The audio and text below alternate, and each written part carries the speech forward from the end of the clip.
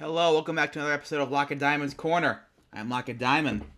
We're talking about a few things today. Let me just post this live stream on the usual sites and usual suspects once it goes live. All right, let me just go right here. All right, there we go. There's the link. I haven't streamed in a while. I've just been busy. I just switched to day shift as opposed to evening shift, so I'll be able to do stuff in the evening more, which is always good.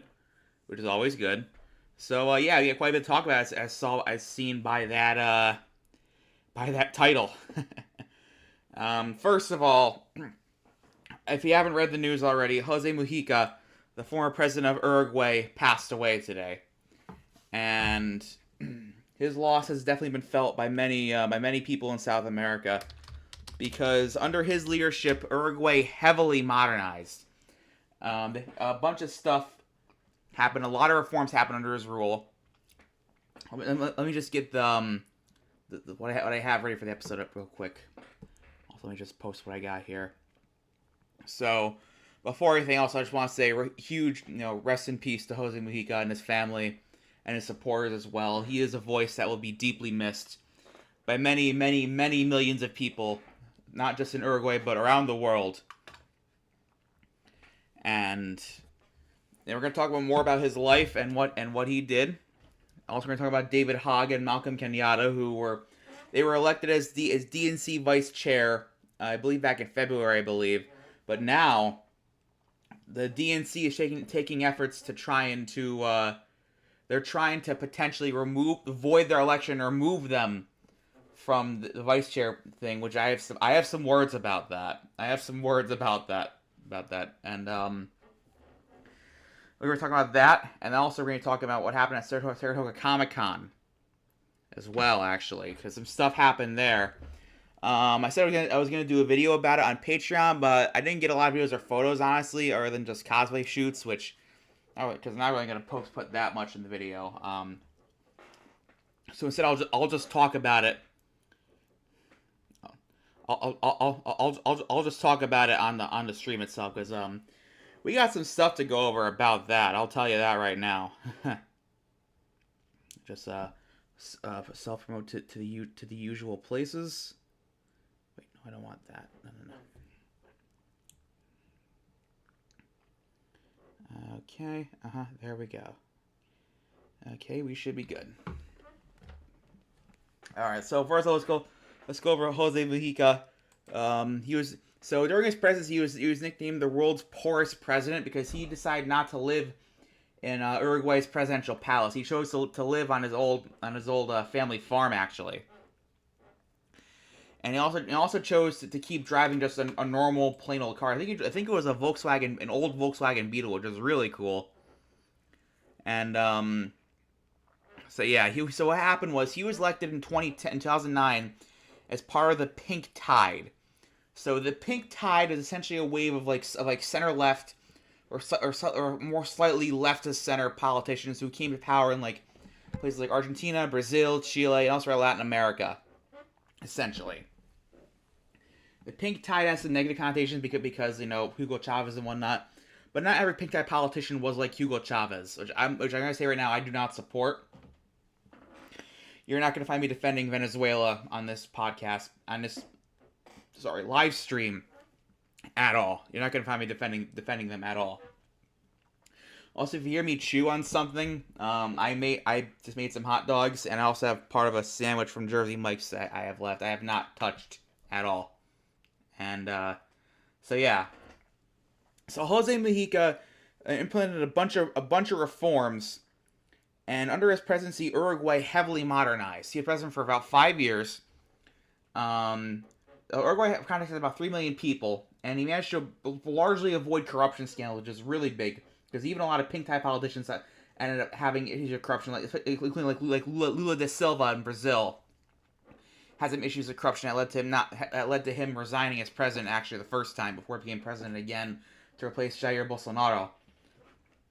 So some of the things that Mujica did is that he legalized abortion, he legalized marijuana for recreational use, and he legalized same-sex marriage. And our cool thing he did is that he also resettled war refugees from Afghanistan, which is pretty cool. And his reforms really put Uruguay on the map. Honestly, they really definitely put Uruguay on the map. Actually, let me just put the PC shot on real quick. I'm reading the NPR article about his death right now. Actually, let me just get that real quick. Nope, that's not it. There we go. Okay. Actually, I'm not gonna do that. Let's fix this real quick. Okay, just change that real quick. So yeah, Jose Mujica's death was a yeah. I mean, the thing was he's had cancer for like a year, a little over a year, and it's been getting worse. And he even said himself last year that he probably wasn't gonna live much longer. And so yeah, his death was a little expected, but it's still sad nonetheless. So he got his start actually in the National Liberation Movement, which was a rebel group. What happened was Uruguay was originally under a military dictatorship at one point years ago. So, in 1970, Mujica was arrested by the police after a shootout which he actually got seriously injured in. And for 15 years, he was in prison, actually. He tried to escape prison at one point, and holy shit, he built a 130-foot-long tunnel to a house across the street. And he and 105 other people escaped prison, which is just insane. Unfortunately, he was recaptured and he got tortured and beaten and all that fun stuff that military juntas tend to do. And then what happened was when he was in prison, he began to realize that violence was not always the answer. And in fact, in this case, violence actually kind of made things worse. Because as you can see, as it says here, indeed, rebel violence and chaos weakened Uruguay's civilian government and helped pave the way for a 1973 coup that plunged the country into a full military dictatorship. And so for 15 years, he spent the time in prison, essentially educating himself on how to get into politics, normally, without violence and whatnot.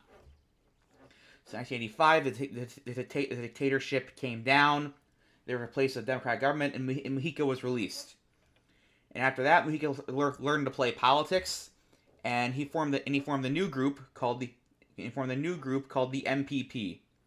The MPP started winning a bunch of elections, and eventually in 2009, he won the Uruguayan presidential election.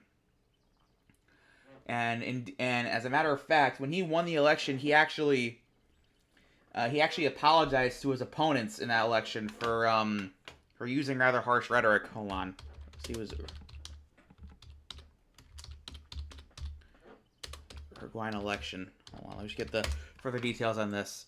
So his opponent was Luis Alberto Lacalle, who had previously served as president actually in the 90s, and is trying to run for a second non-consecutive term, because I believe in Uruguay presidents can't serve more than 2 terms consecutively, although they can serve multiple terms, just not consecutively.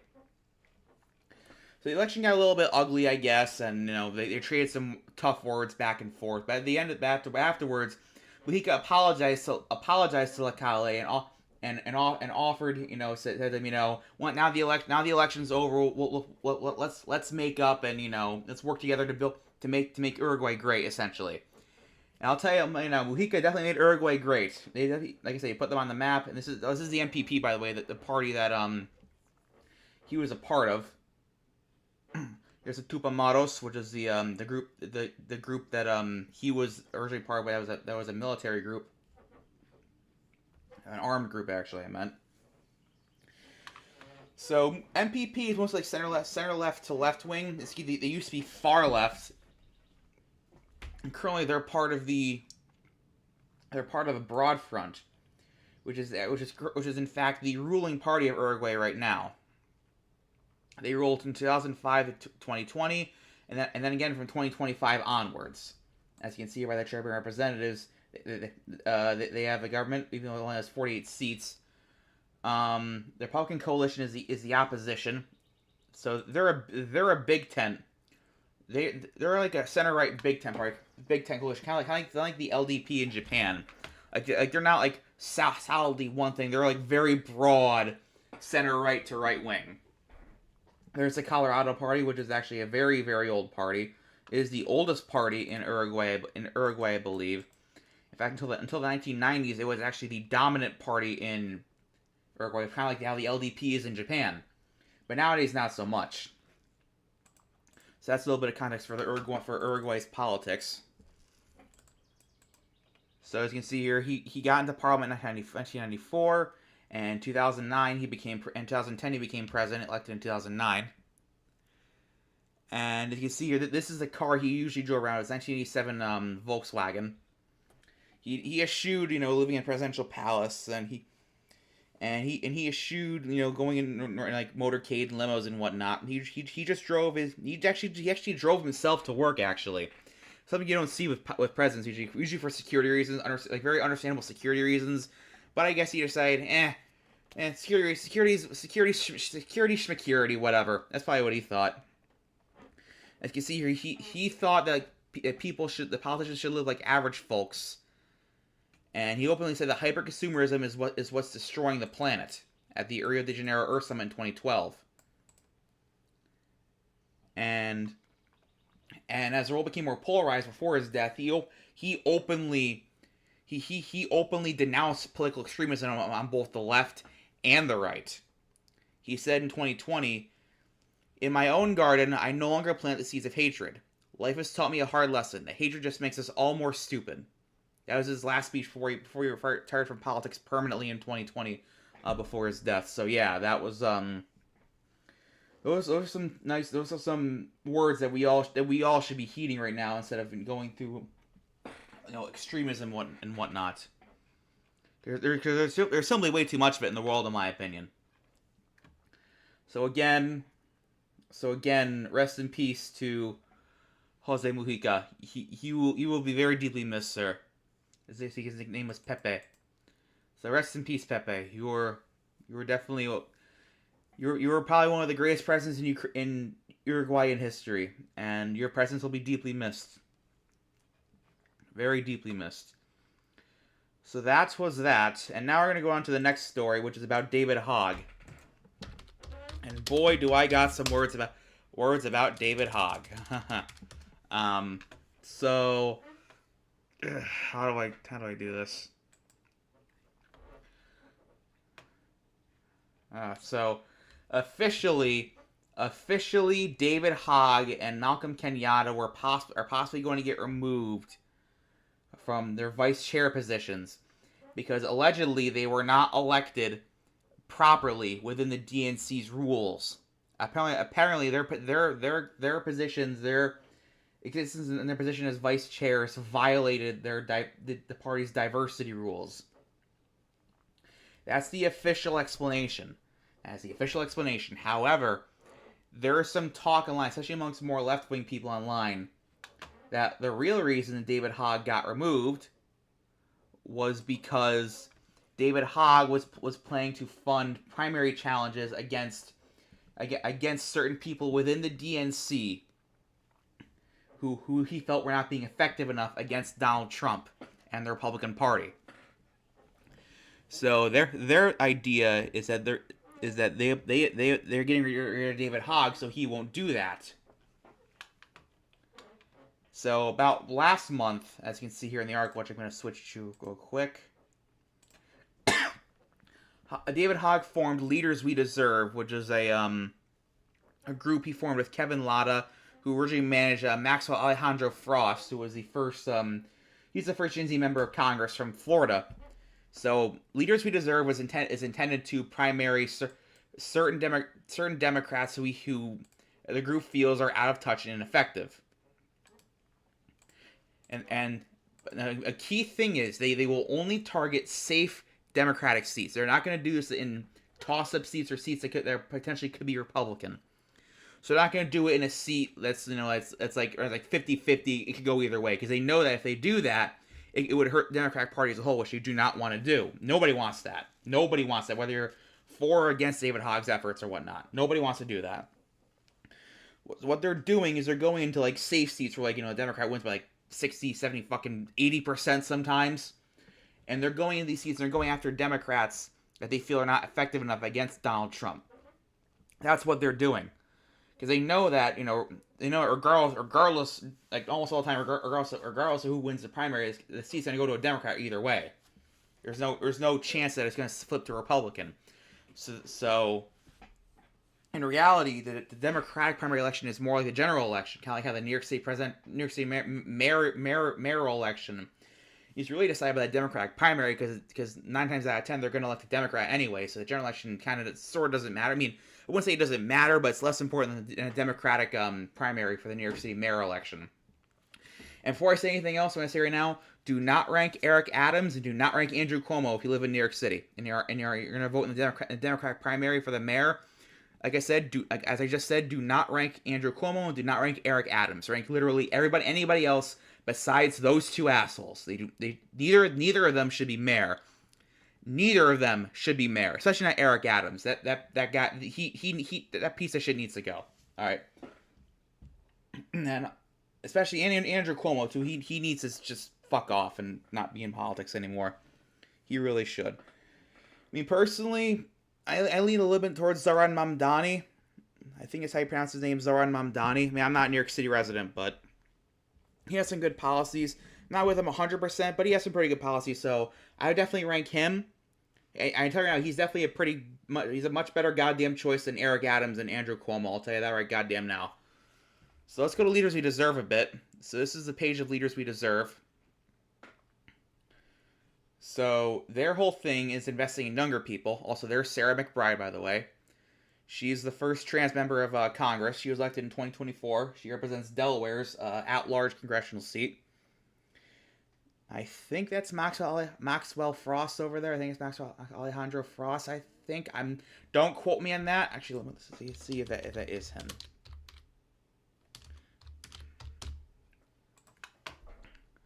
Okay, I think that might be him. I'm not too sure. As you can see, they haven't posted too much since January, but this is their stuff about primarying Democrats, and this is the stuff that people are alleging got him in trouble with the party elite. Essentially, this is what people say are the real reasons he got kicked out. See, he wanted to spend up $20 million to essentially primary Democrats he feels are not being effective enough, essentially. And obviously that can make him quite a bit of enemies. So yeah, that's the thing with David Hogg, essentially.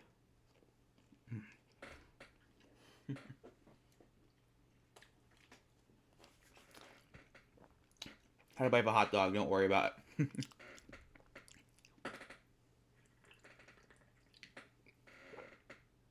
And as said here, they like the Democratic Party. They care a lot about it. They're not here to destroy the party. They're here to help it. They're here to make it stronger.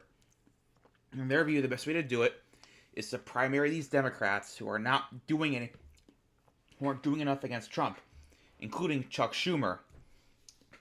I'll tell you now, I'm embarrassed to be the same state as Chuck Schumer. He's not doing enough to stop the project, the MAGA agenda, Project 2025, and all that stuff. If he's not willing to fight effectively, he needs to step aside. He needs to step aside and let another Democrat in the Senate take this role, because obviously he's not prepared for it. Unless he grows a set of balls and he needs to fucking step aside.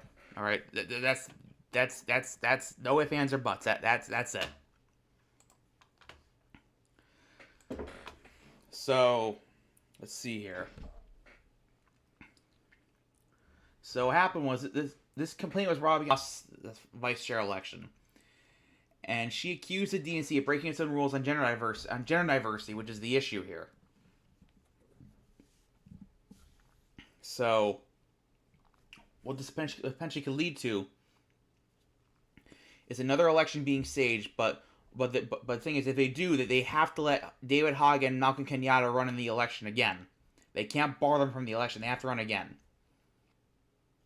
So Hogg's statement is, while this vote was based on how the DNC conducted its officers' elections, which I had nothing to do with, it was also impossible to ignore the broader context of my work to reform the party, which loomed large over this vote.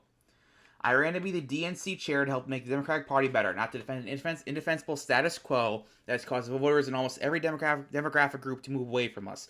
And that's the big thing. We are losing people in every demographic group, which is insane. Given how terrible Trump is, we're losing people, and it's insane. We shouldn't be like this, especially with minority groups. I mean, Kenyatta also acted strong. He said he worked his ass off to get this role and done this job every day since I've held it.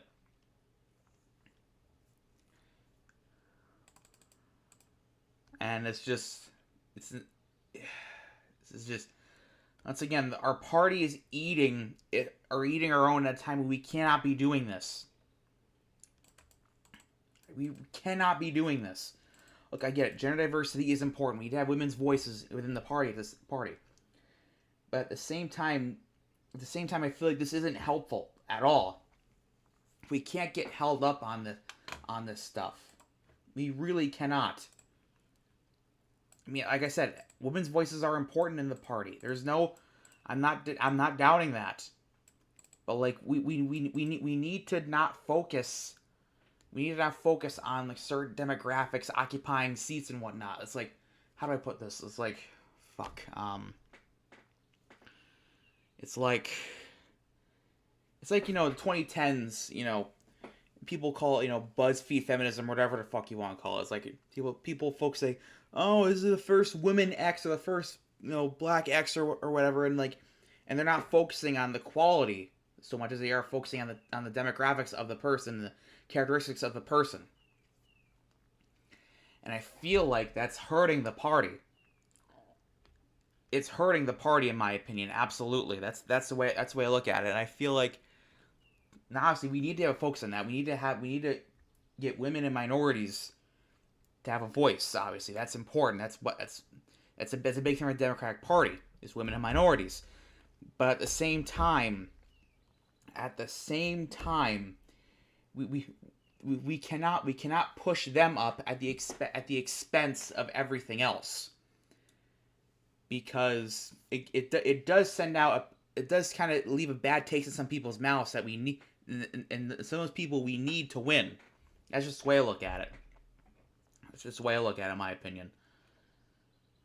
So yeah, that's that. In regards to that, sorry, let's move on to the next story, which concerns Saratoga Comic Con. So, was it last weekend? Oh, fuck, yeah, it was last weekend. Not this one, the last one, but the very first weekend in May. I went to Saratoga Comic Con. So, Saturday, I missed half Saturday because I was at the firehouse doing a live burn. We burned some shit up and put some shit out.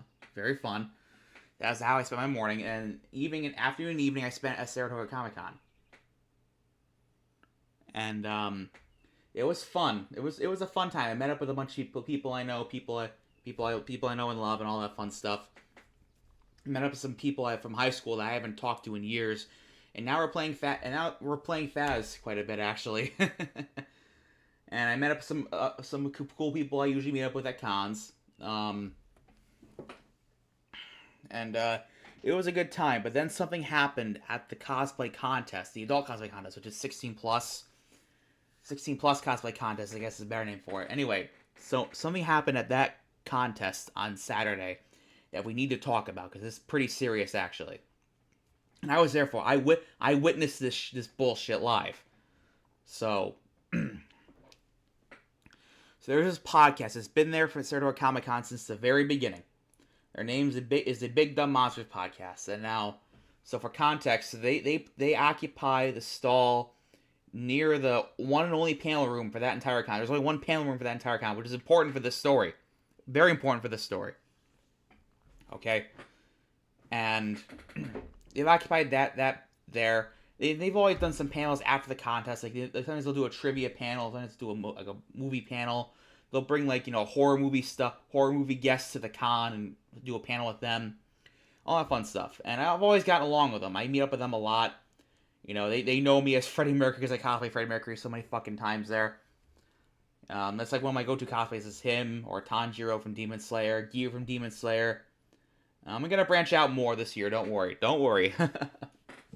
So, never had a problem with them until this year. So what happened was the cosplay contest is going to end at 6 o'clock. And at 6:15, there's going to be a panel called Horror Movie Trivia. I signed up for it, by the way, because I think I'll go to Horror Movie Trivia and play along and support the Big Dumb Monsters podcast because I like them. I used to listen to them until this happened.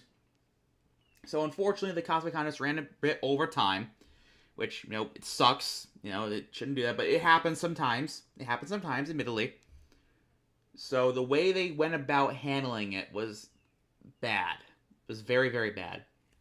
So at 6:15, one of the hosts of the Big Dumb Monsters podcast invaded the stage and started yelling at the host of the 16 plus cosplay contest, who's called Jannard Cosplays. Jannard Cosplays is the name of the person who runs Saratoga's cosplay contests for both the adults and the kids, which is the 15 under cosplay contest which happens on Sunday. I can't remember which host it was. Hold on, let me see if I can look it up.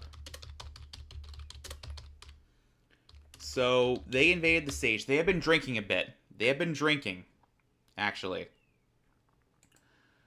And so what happened was the dude got up on stage and he said, "Okay, you guys are done. Get off stage." And he started arguing with them in front of literally everyone. And it was bad. There was an argument on stage. People were yelling at each other. I got out of there because I didn't want any part of this bullshit. Otherwise, I don't know what I was going to do if I stayed much longer. That's all I'm going to say. Yeah, I know the hosts are Nick and Chris. I just forgot which is which. I think it was Chris. I'm not sure which it was. I forgot their names. I usually just talk to them and whatnot. This event was bad. There was arguing, a bunch of yelling. Somebody got pushed. I think there may have been a punch thrown at one point. And yeah, it was so fucked up. So fucked up. Oh my god. It was bad. It was so fucking bad. And I'm gonna say right now, I do not support Big Dumb Monsters podcast what they did. It was completely inappropriate. It was fucked up. And they shouldn't live this down at all. They haven't really issued a statement or apologizing to anyone for what happened here. And they really should be put on blast for this. Absolutely, because they've taken no accountability for what happened at all. All right, they shouldn't have a platform anymore. All right, they shouldn't be listened to anymore. And if you ask me, they should, like, any site that has them should just ban them. Honestly, they should be banned. They should be banned from whatever site they're on. I mean, fuck every single person on that fucking podcast. If you ask me, these people can just. I don't want to go too far. I don't want to get arrested for. I don't want to make a death threat or anything. But gee, this makes me so fucking mad. I'm so fucking mad about this shit.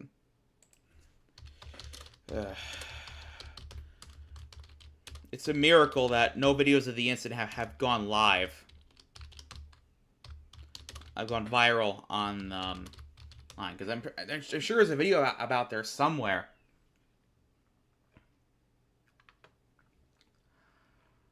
Out there somewhere about what happened, but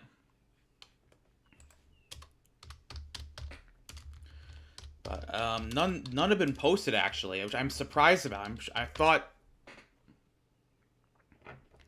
thought for sure there'd be an incident, someone would have posted about it by this point.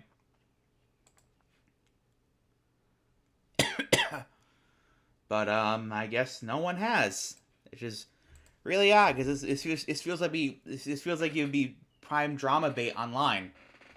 But oh well. Yeah. So Jannard posted about it on her Threads account. She said, "The Big Dumb Monsters podcast took it upon themselves to storm the stage of a cosplay contest, slam 2 beers down, interim winners receiving awards, taking a moment and attention from those who worked on their craftsmanship pieces for months, putting judges and staff in a panic, and the audience felt the stress. This is not okay, and I am gutted. I feel for competitors, and I want a do-over." This tweet was made roughly This tweet was made the day of the incident, actually. Probably about maybe a couple hours after the incident, honestly. So, obviously, Gennard's very upset. A lot of people are very pissed off. One person said that they pulled a Kanye. Oh, God. That was... How many years ago was... Holy fuck, how many years ago? That was 16 years ago?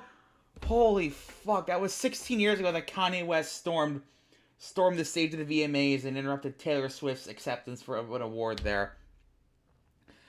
God, remember when that was the craziest thing Kanye West did and not, remember when that was the craziest shit he ever did and not, dropping a song where he literally says N-word Heil Hitler? It's just, yeah, oh my God. I remember when that song dropped on Twitter. My jaw was to the fucking floor when fucking Sneeko posted that video. Jesus Christ. Kanye's lost his marbles. Lost his fucking marbles, I'll tell you that right goddamn now.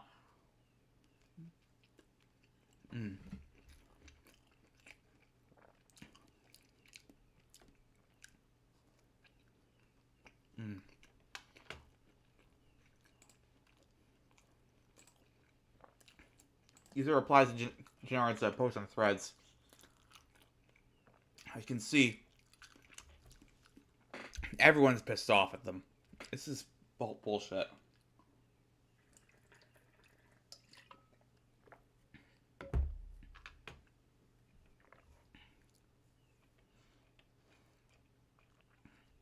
Yeah, it's insane, man. It's genuinely insane. Like I said, do not follow them. Boycott the Big Dumb Monsters podcast. Do not let them go unpunished for this shit. If there are any other events, let them know what they did at Saratoga Comic Con and urge them to get banned, to get them banned from those other events before they pull this bullshit somewhere else. Because you know they will. You know for a fucking fact they will. And I feel hurt because, like, I was friendly with these people. These people were friendly with me. We always had a good time, and they turn around and pull this bullshit on us. It was unacceptable. And it's unforgivable, too. Absolutely, by no means will I ever forgive them for this. For the rest of my life, I will curse them until the day I fucking well die. And that's the goddamn truth. That's the goddamn truth about them. Jesus Christ. That was, yeah. Got me really angry, guys. Oh boy. So, yeah. That's that.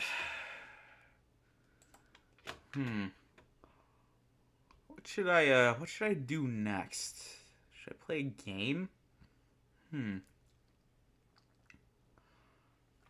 Couple games I could play, I guess.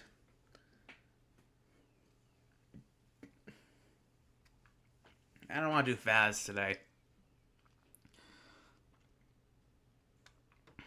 I can do some RCT3, I guess. We can do that. Let's do some RCT3 and talk about this shit more. Why not? Full load. Come on. There we go. I think.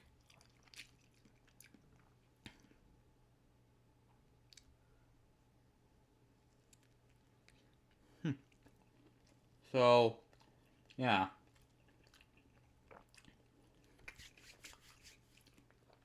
It's loading. Good. Okay, good.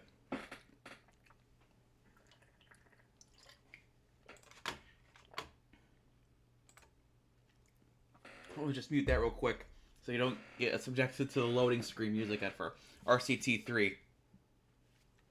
So, in other news, I'll be going to Anime Boston. Oh, that's the sound of the thing right there. Anyway, I'll be going to Anime Boston in another week and a half. I'm leaving on Friday morning. I'll probably leave around 5 in the morning with my friend Dylan. He's a fireman with me. He's also a big weeb and whatnot.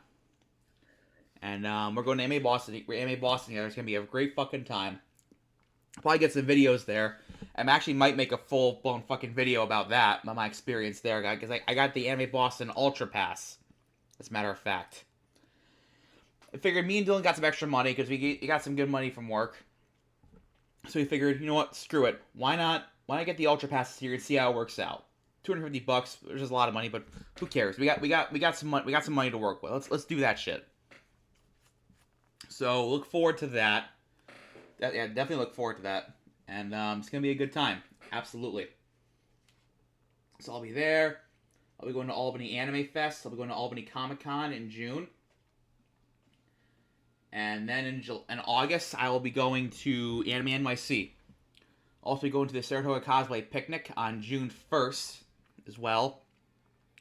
It's a very very small event at Saratoga Spa State Park, which is near Saratoga Performing Arts Center, which is where I recorded quite a few concerts for audio tapes and whatnot. I went to it last year. It was so much fucking fun. And yeah, so that's that. Looks like RCT3 is loaded. Let's go here, change that, not Phasmophobia, and there we go. Ha ha ha. Let's turn music on. Yeah. I fucking love the music in this game.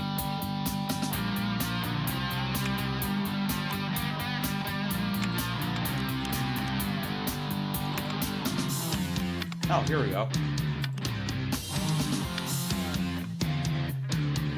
Let's start Los Atlantis. See how that goes.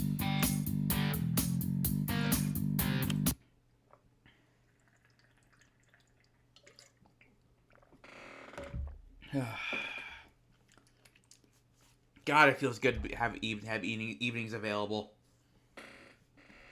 I mean, it does fucking suck. Wake up early in the morning because I have to wake up at around 5:30 to go to work. I work from 6:30 to 3. It feels good to have evenings available. Oh, okay, we're live. Okay, we're live. We're live. We're live again. Okay, thank God. Okay. I lost connection there for a sec. But, okay, we're good. We're good. Oh, hi, Mex Nico. Cool person, by the way. Let's see what our objectives are this time. Okay. Hiding come.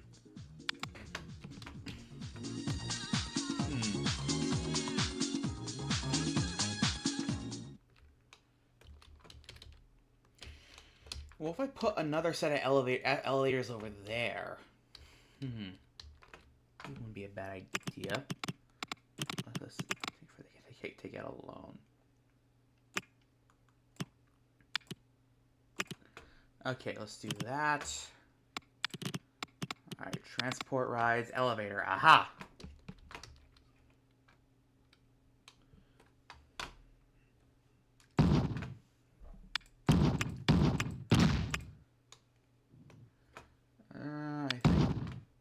Fuck. Okay, hold on. Let me fix this shit real quick. Okay, that's better. I can work with that.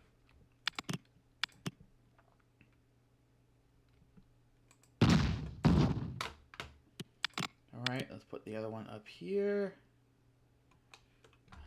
Okay. Put it right. No, I want it right. Come on. Come on, piece of shit. There we go. No, it's not that. Sandy. It's the Sandy path. Sandy cheeks, I guess, maybe. I don't know. This be enough? Yes, it will be. Okay, perfect. Got that. Yeah, for those who aren't familiar with the streams, this is basically what I do. I talk about politics and whatever else comes to mind for the first bit. Then I play some games for the second bit. It works. I guess. Anyway,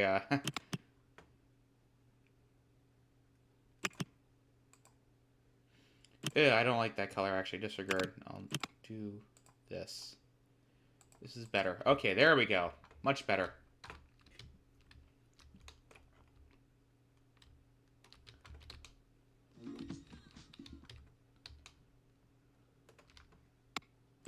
Elevators 3.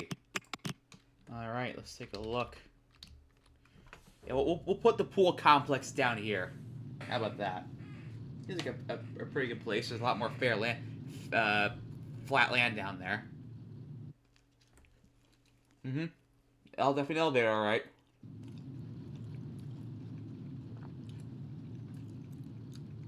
Definitely works.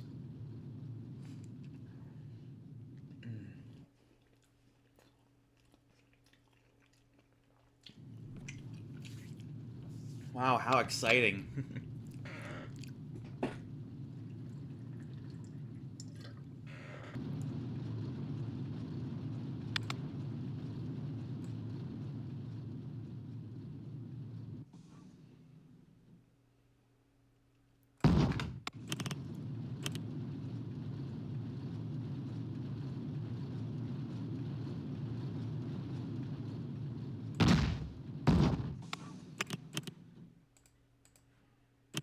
Both parts have access.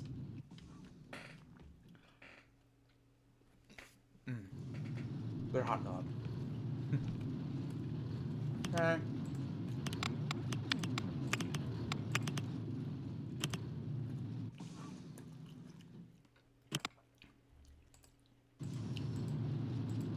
This would be like the shower area, I guess, for the pool.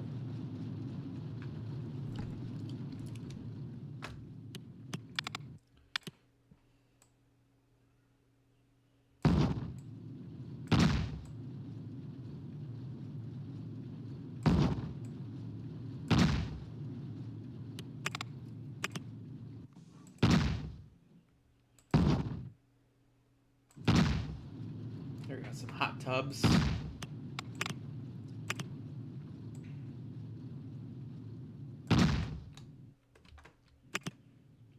then this will be the like pool itself. Pool people can just swim in.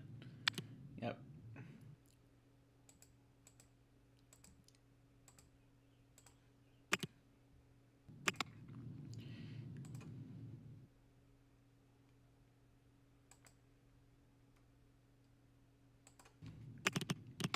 I don't want to remove the arm. The arm's pretty cool. I'll keep the arm there.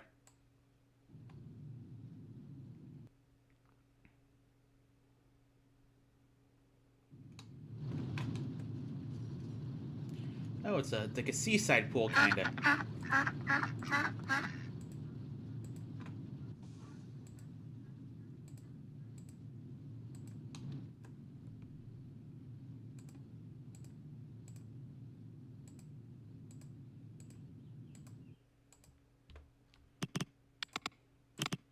Yeah, we'll go around the arm.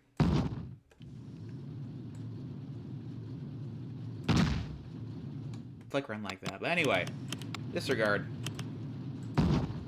We'll just work around the flickering, I guess.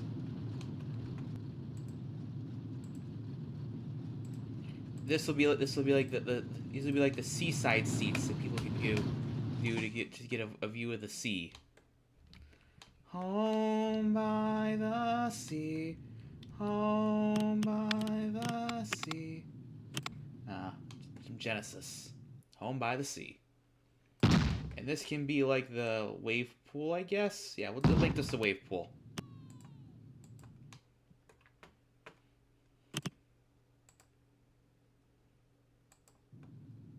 Yep, that works as a wave pool.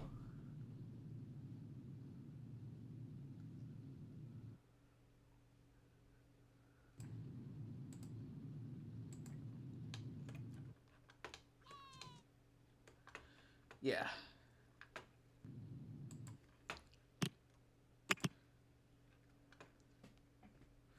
Yep, that works.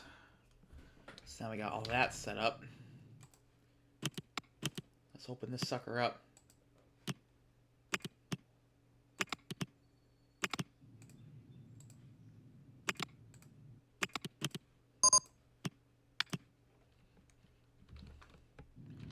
having trouble. Wait, oh, because it's still testing.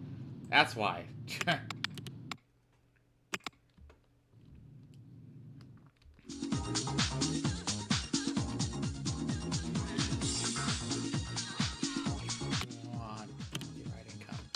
So we'll do up here. I'll add rides up here.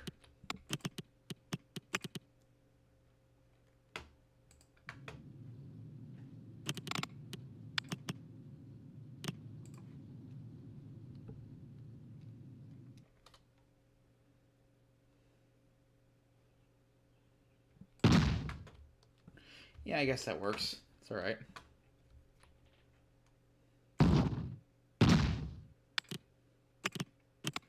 Yep, put that right there.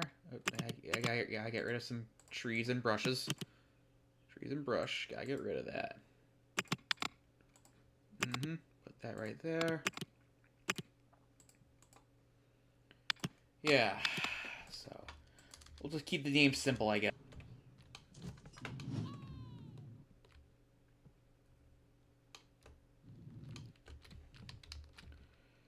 Is there any shops down here?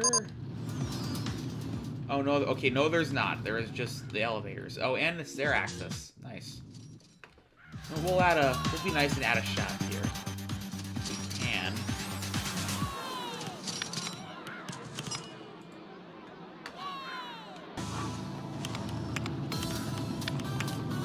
Always make everything guest choice. It makes everyone a lot happier.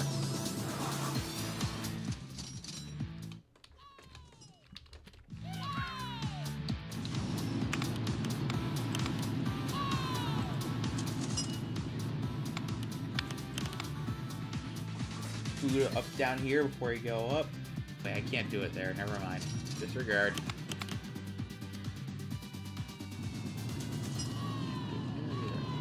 Oh, but I can do it here. Perfect. I completely forgot about this place. There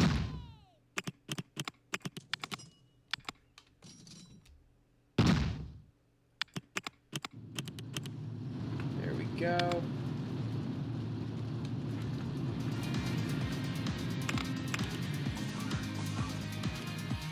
I like how the water moves and you put your cursor over it. Maybe it's a bit more of a use than that, but oh well. The important part is that it's cool. And I cannot add over here because they have the fucking... Yeah, playing this up gets my mind off of what happened at Saratoga Comic Con. That, like I said, that shit pissed me. That shit pissed me right the fuck off. And yeah, I'm glad they fucked off because so I know the owner a bit. Samuel Chase. Samuel Joseph Chase. He goes by Joseph Chase. He's also an artist too. I know some people have some problems with him. All right, I get that. I understand that people have problems with him. But I know, like, he's always a nice. He banned Big the Monster from the podcast, from the convention, as soon as all this shit happened. Because even though they've been there since the beginning, like almost the beginning, if not since the beginning, he wasn't afraid to take a stand and ban them, even though they're a long time guest.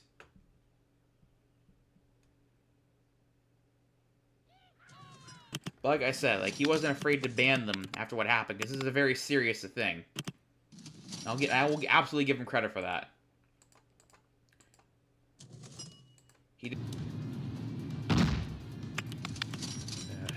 So yeah. Alright, now I gotta put some Atlantean themed attractions. Do I even have any available?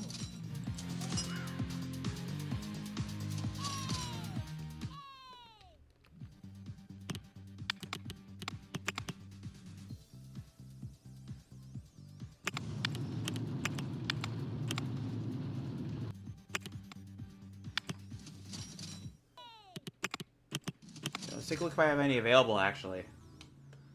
I like how this side is full of shit and this side is just the one thing. You know what? You're lonely, so you're too lonely. So there you go. Now you have a Space Shake store next to you. They give you a little bit of company. Hello, Michael G. Anderson. Why the fuck are you sad right out the gate? Come on.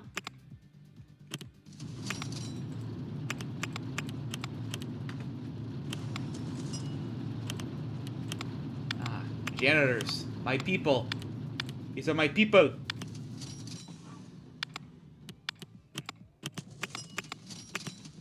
Alright.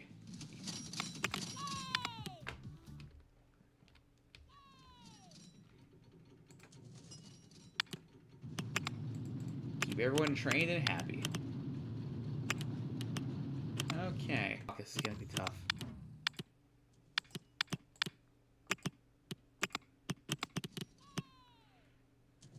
What Atlantis theme attractions are there? Sorry, guys.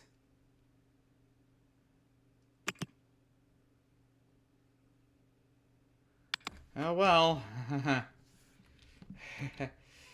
Okay. I'll down here, too. If we can.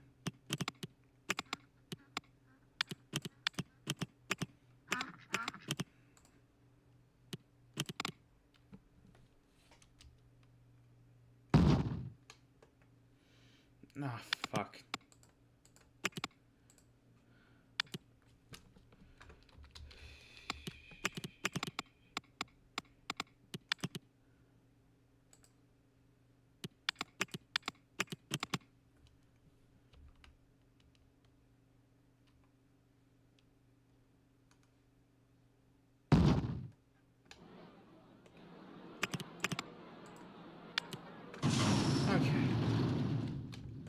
Okay. You know what? We'll build another entrance. Okay. What are my expenses, though? Okay. We'll just save what we have for the time being. And hopefully it'll earn us some more money.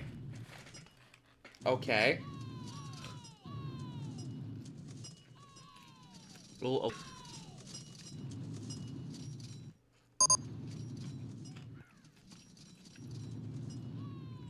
That's good. You know, shit. I don't have any fucking attractions. I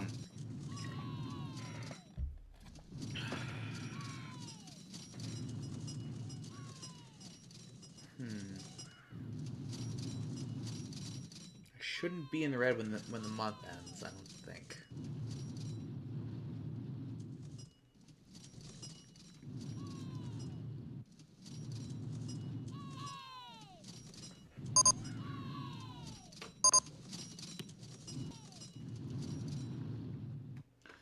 $154 in the red. Okay.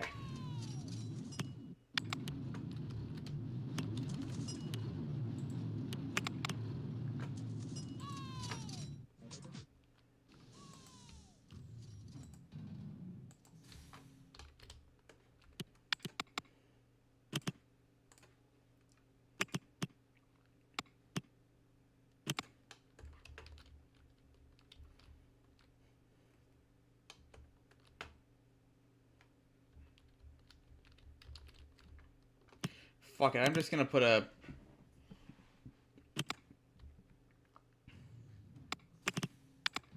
Fuck it.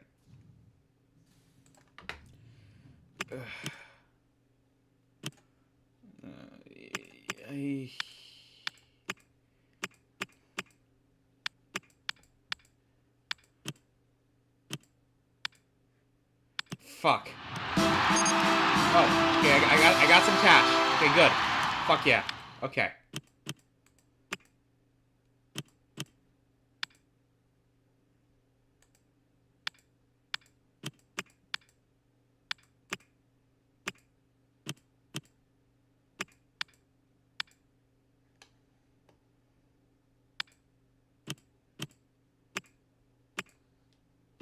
God damn it, I don't have enough cash. Fuck.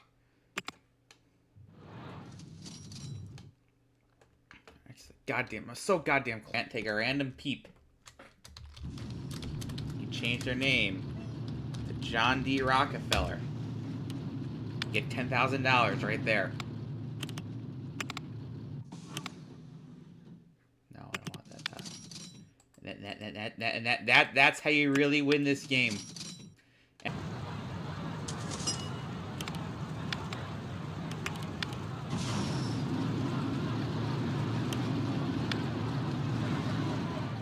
there we go.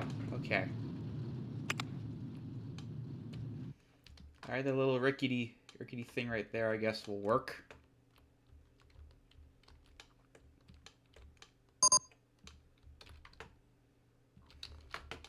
And I can build some rides up here. Okay.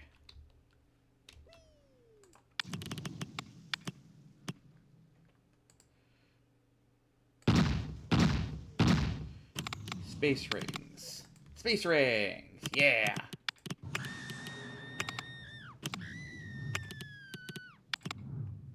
Oh, stop your screaming. The pain only lasts a few seconds.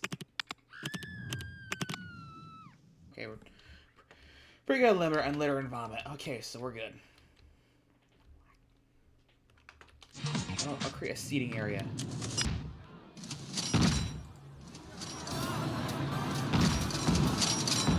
Very distinct sci-fi feel for some reason. I don't get it either.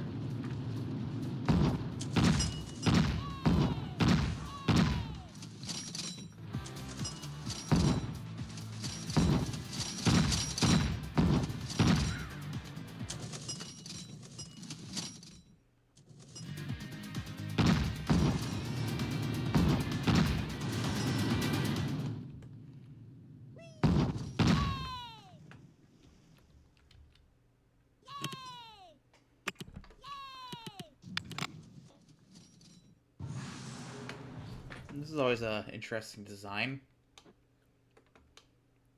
Ooh, there's the park inspector.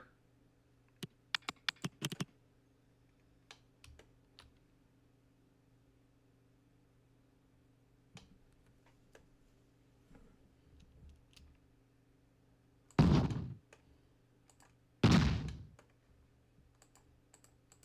gonna go this way.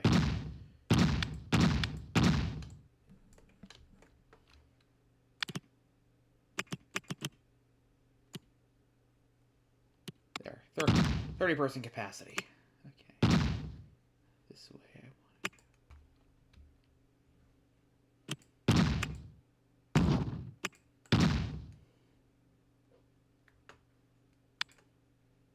I want a little bit higher. Oh, you can build it over a thing. Nice. Kinda. Okay, 279 feet. Okay, no, wait, no, it's okay, so it's more like 140 feet. Okay, that's good enough. That's thrilling enough.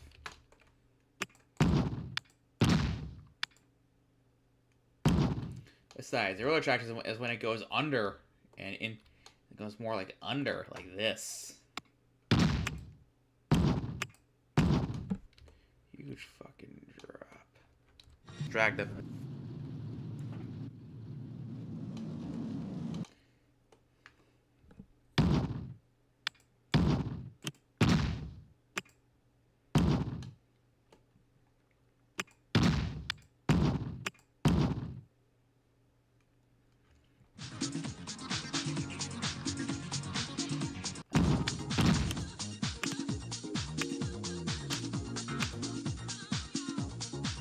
Will that be good enough?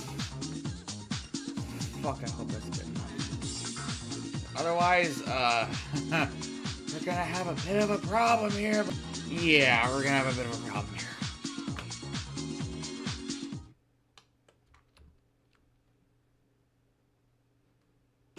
Yeah, we can't have, like... Oh, it wouldn't even make it up. Back up. Fuck.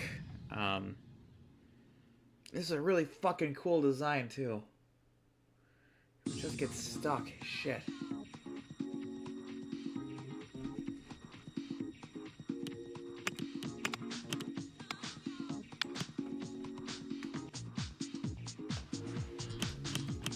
Come on, I got an idea.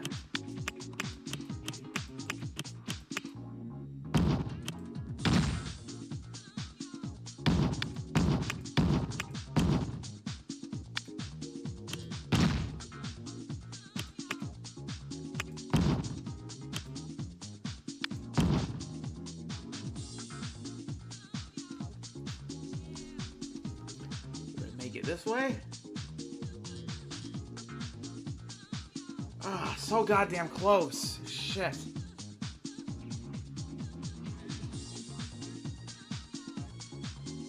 Fucking master.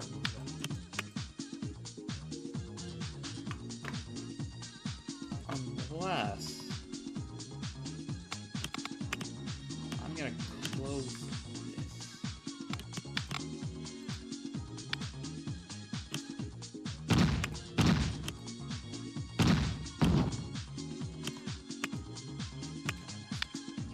That's all. There we go. That's all. Okay. Now let's see if this works. Okay, first you gotta.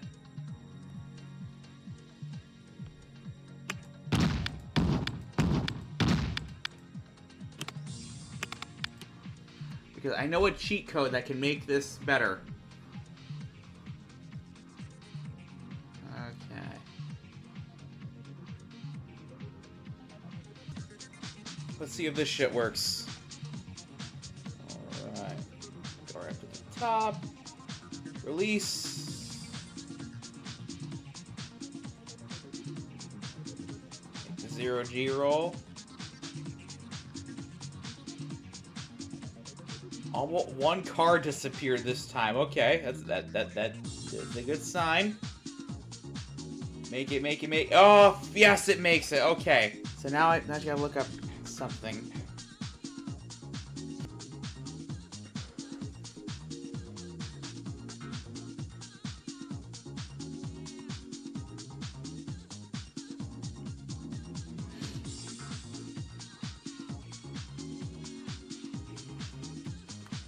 John Wardley. I think he was the developer, actually. One of the developers. Okay, renaming you.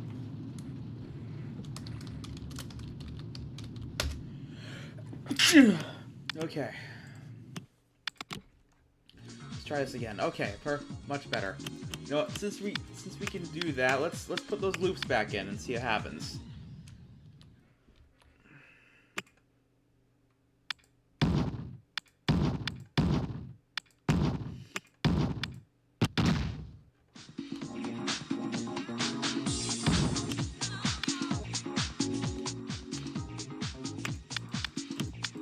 Oh, because of the park boundary.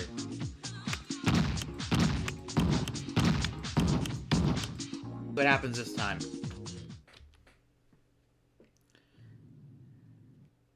You know, when I first got this game when I was like 8 years old, I a bit, so I think that coaster's long gone. Obviously, it was on my old that was like 2 computers ago for me, but I can still partially, like, somewhat picture it too.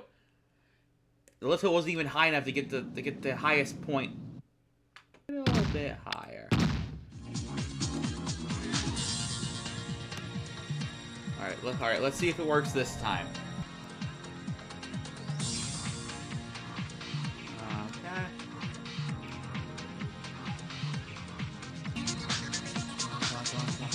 Oh, I can delete.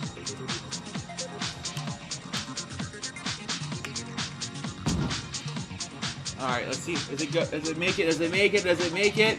It made it! Fuck yeah!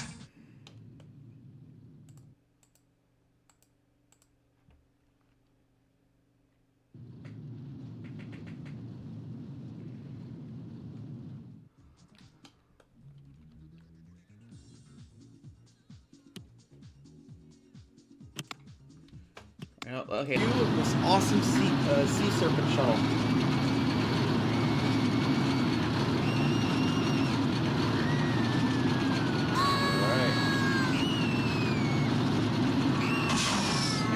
Here we go.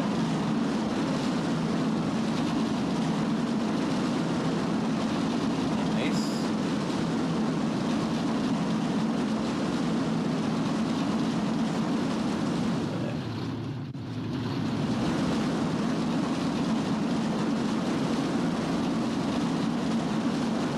I can see the other car. You're upside down.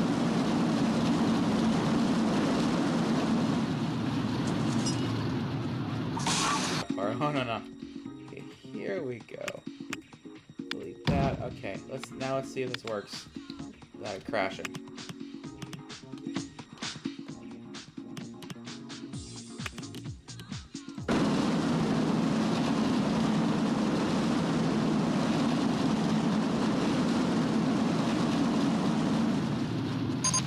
Oh, fucking crash.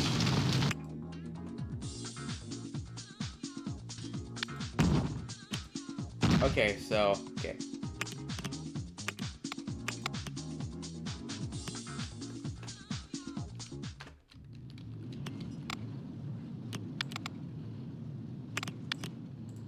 Let's clear out all this. I spent a fuck ton of money on that thing. Hopefully it's worth it. If it's not, I'm gonna fucking stab someone. Not myself. Don't worry.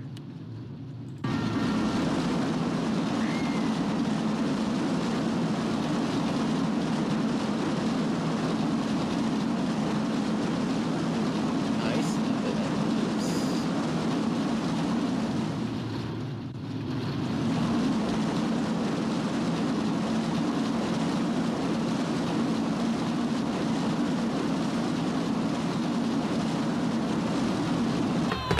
Before Edward's got a fire. Nice. That actually not. It's like okay, like cyber rating is high, so that's good. That's a good thing.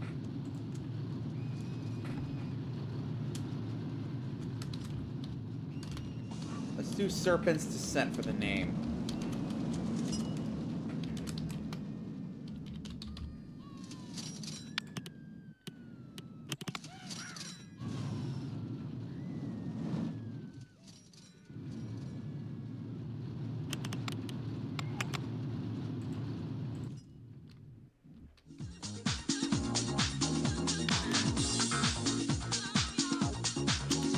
Okay, we got that out of the way. Now it's time to build a slide. Okay, so that's what oh,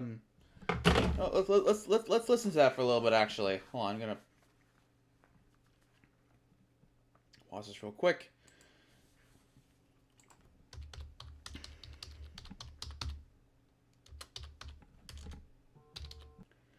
Okay, Washington County. Okay.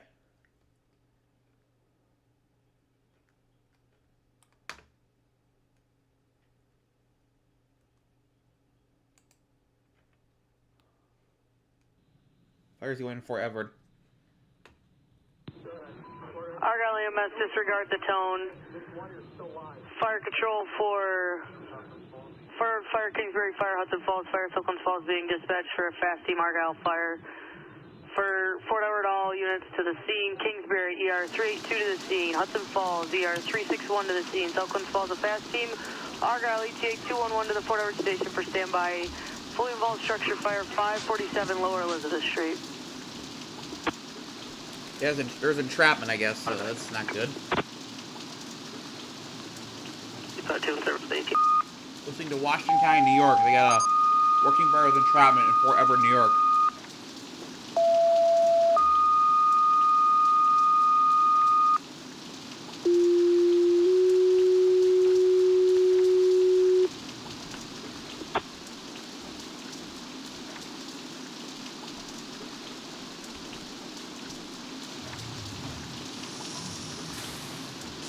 Fire control for Fort Edward, Kingsbury, Hudson Falls, and Argyle Fire.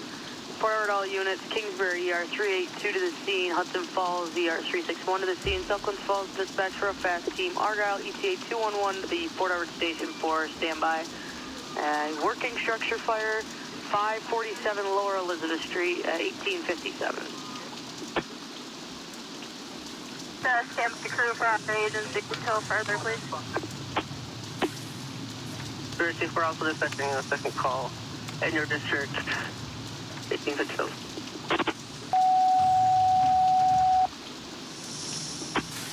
Fort EMS, second call, 84 East Street, Fort Edward. 700 male unconscious, breathing confirmed, Queensbury investigating offensive mutual 1857. Tank 274 and M-Con come in from Gibson Avenue, please.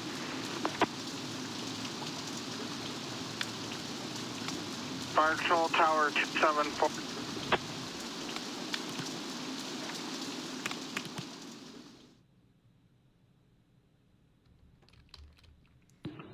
Fire Control Tower responding. Second control going to second crossway. Car 27, I have not heard from Tower 274 yet. Received, they're arriving. The National Grid to the scene for a whole... Fire Control ER 211.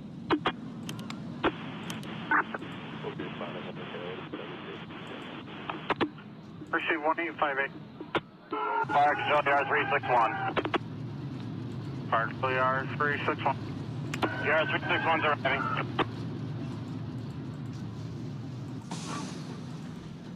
John D. Rockefeller. ER 361 arriving 1858.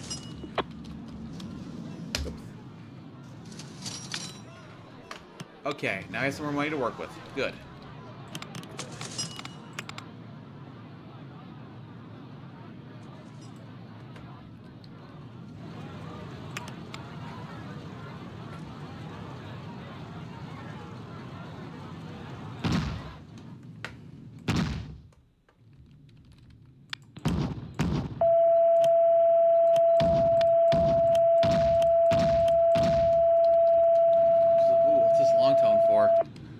That's 61 listeners now, which is a sign of a big Fire incident. Control for any available fire coordinator contact. Fire Control, any available fire coordinator contact. Fire Control, a working structure fire, the Fort Edward Fire District at 1859.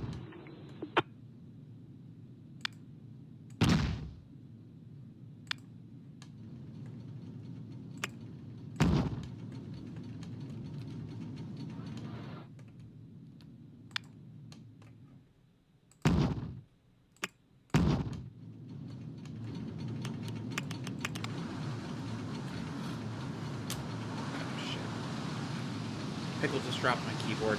I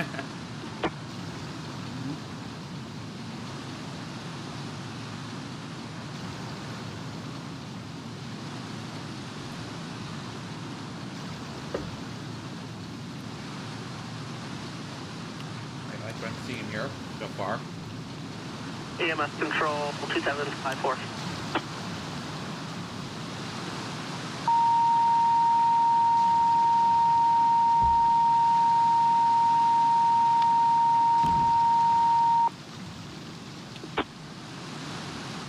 Fire Control for any available fire investigator contact. Fire Control, any available fire investigator contact. Fire Control, car 14 is on scene requesting additional investigators.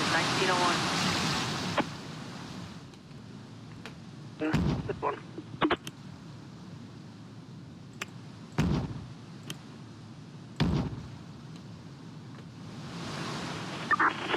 Fire Control, car 2.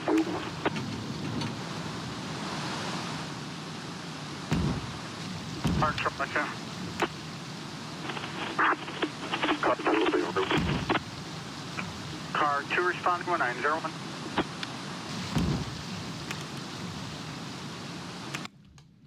Okay, now I just gotta put the pool thing right here.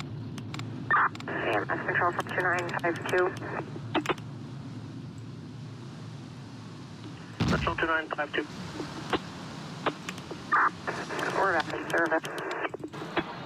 Let's test this shit. 2952 responding. ER 22 or 1901. Alright.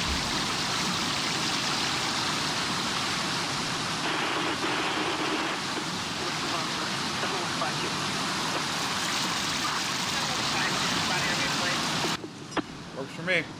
152 responding 1902. Shit rocks in the way. Not anymore. Oh, fuck you.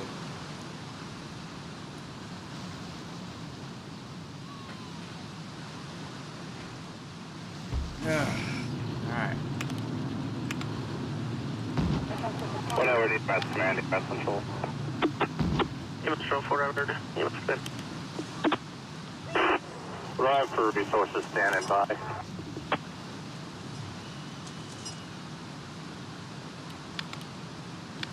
They're still attempting Moreau. For standby current, we have 7152 responding to your second call. Received 10-4 Dan, have them stand by at the district line.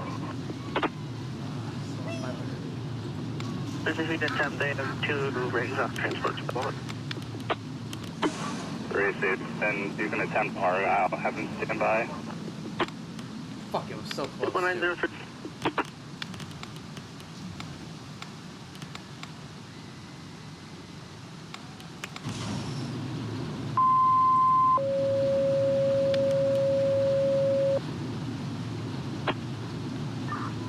Argyle EMS, mutual aid requested from Fort Edward EMS. Stand by at the district line, around Fort Edward, cover the Fort Edward EMS district. All rigs committed to a structure fire.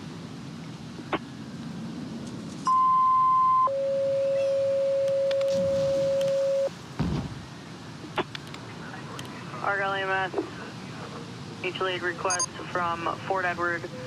Fort Edward's rigs are currently all committed to a structure fire in the town of Fort Edward. Requesting 1 ambulance to the town line between Argyle and Fort Edward. Cover assignment 1904.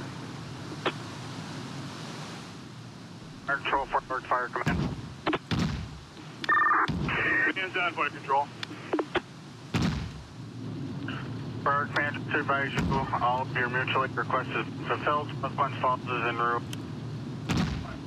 And 1904. 1. Responding to Fort Edward Station. ER 21 Orange Fine, 1905.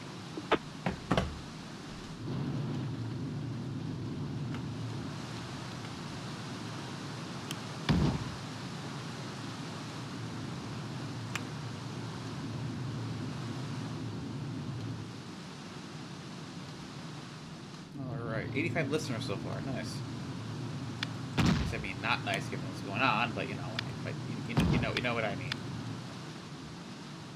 This one isn't gonna be meant to get the fuck. Okay, too short. This one is not meant to.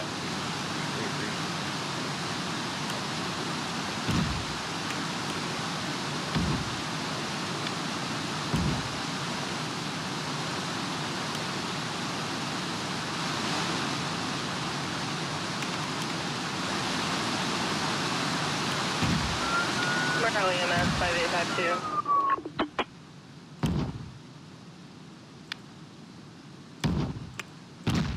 EMS Control 5852. We're about 4 minutes out.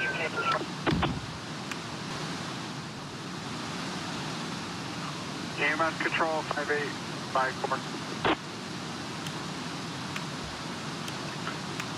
EMS Control Morrow 8654.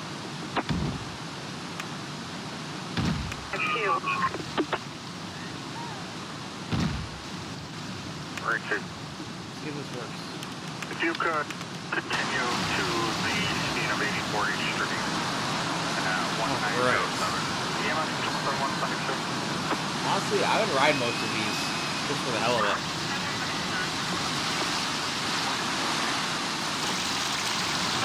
Alright, that worked.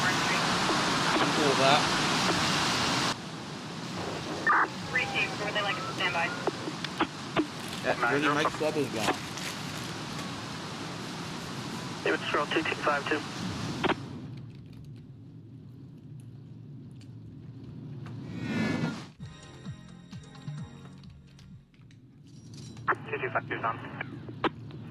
Betting deputy was advised for that motor vehicle accident. Any upside injuries?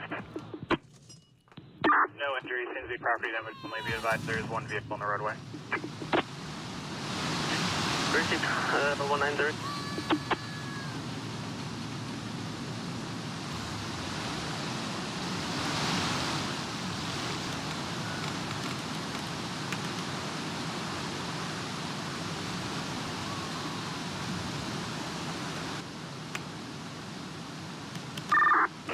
Fire Command, Fire Control. Fire Control, Fort Edward. Were you able to get all National Grid?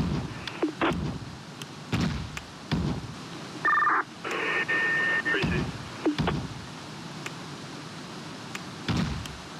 1909.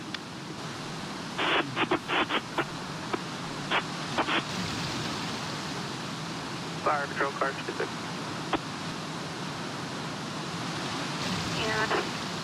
652. Keep doing it.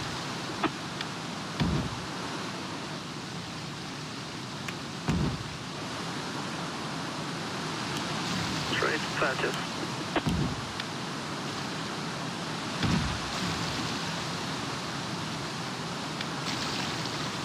EMS, November 08, 652.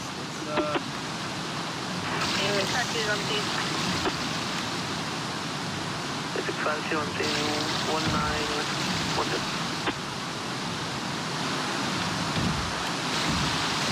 What's up here again? Oh, cool effect.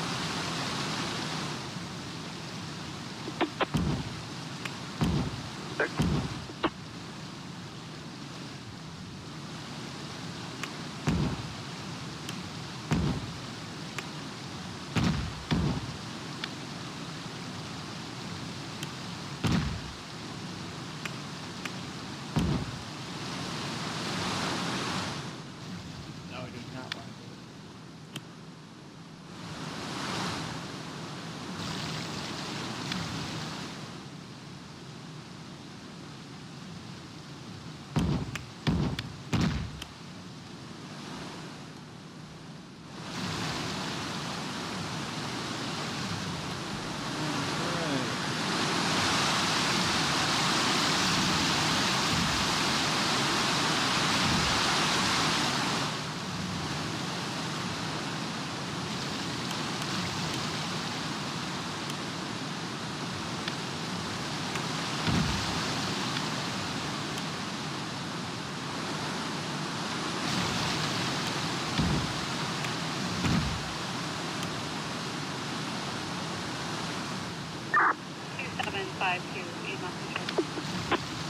Official 2752.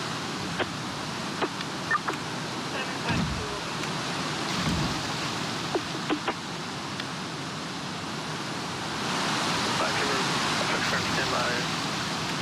1912.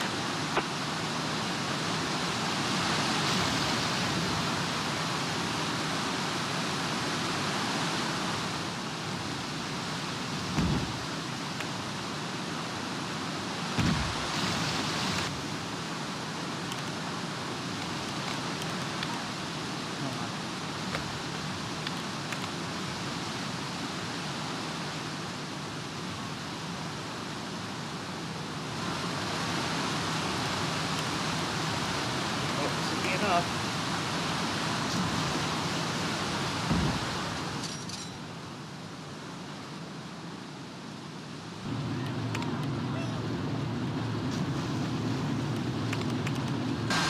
I hope this is enough, guys. Okay, let's take a look.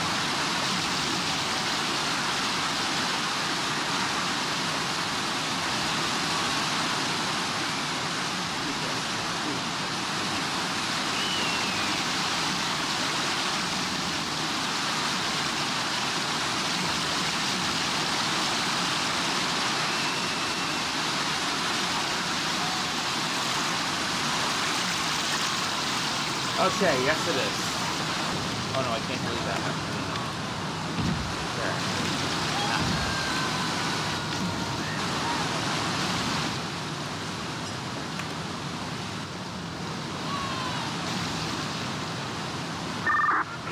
Go ahead.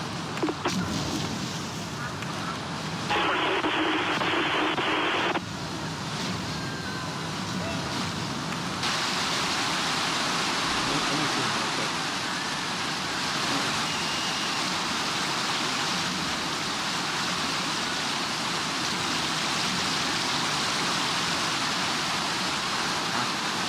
Yep. Looking good, looking good. Alright, good enough. Okay. Now we need access.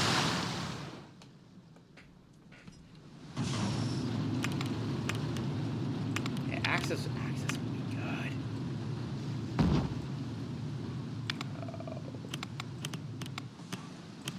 Oh. Alright. Got that.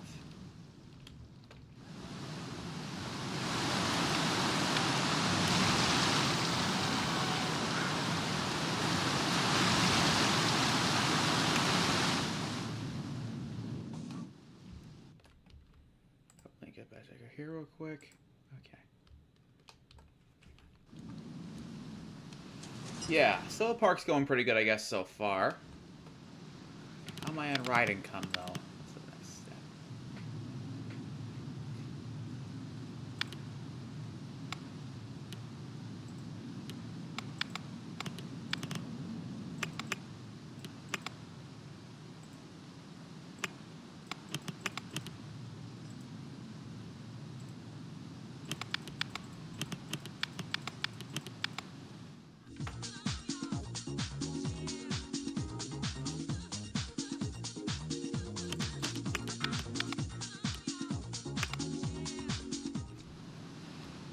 I could probably use more rides, actually. Yeah, let's stuff it.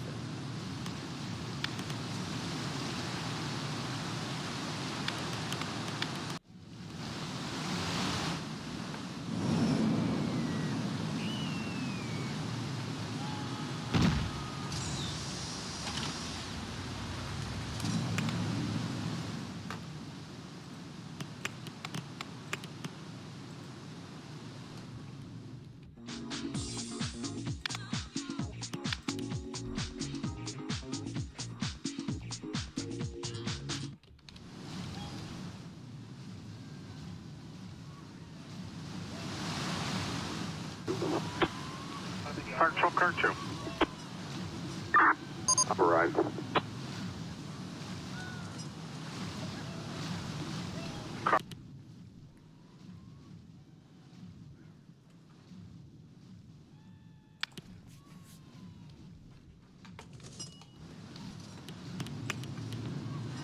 Fire Patrol, Fort Howard, Fire Command. Fire Control. A 20-20-minute ETA for National Road.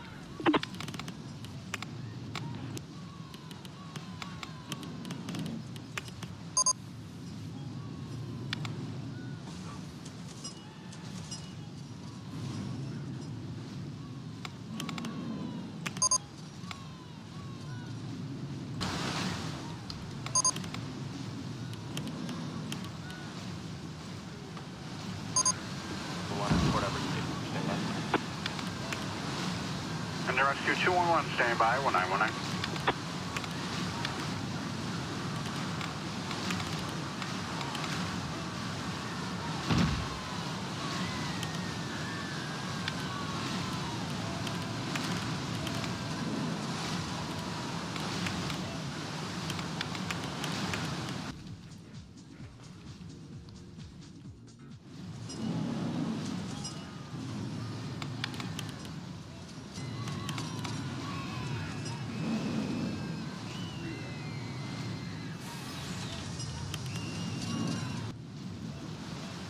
Unless I put a second sky sling. 2 sky slings, twice the fun. Why not? I'm gonna put more. I have to put more.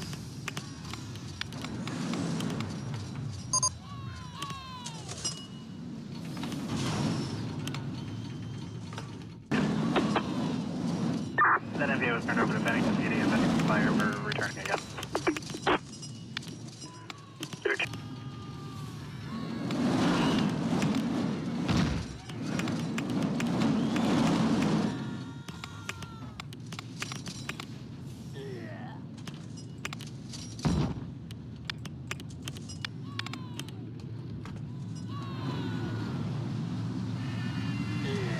Little plaza right here.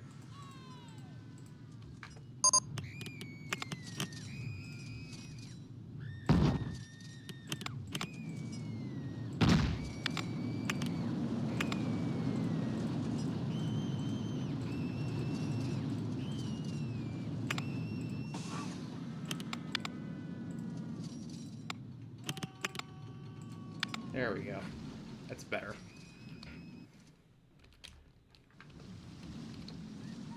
I don't want to place anything over the ruins, because they're important.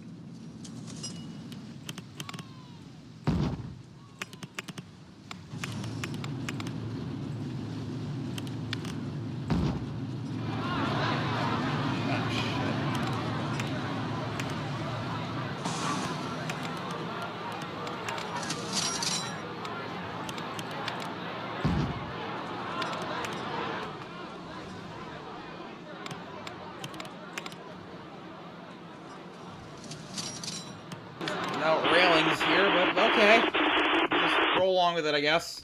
Fuck it.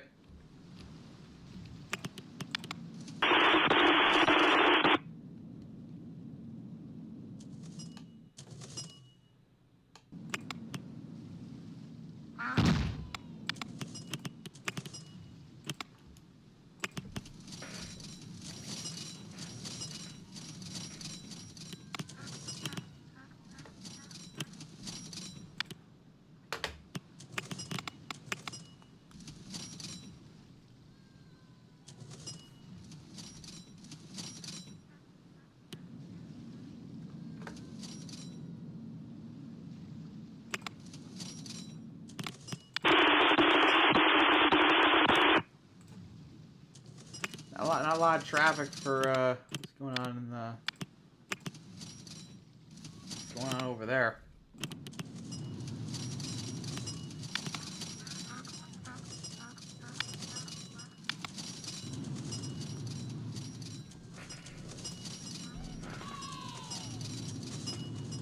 Yeah, not a lot of traffic in Washington County, I guess, for that structure fire anymore. After that initial burst of energy.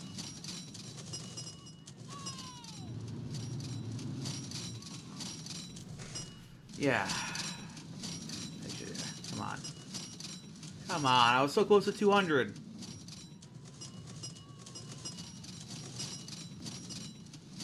Oh. Come on, come on, come on. Ah, fuck you. I'm gonna be close this time. Be in the hole at the end of the month. Oh, I'm not. Okay, perfect. Ugh.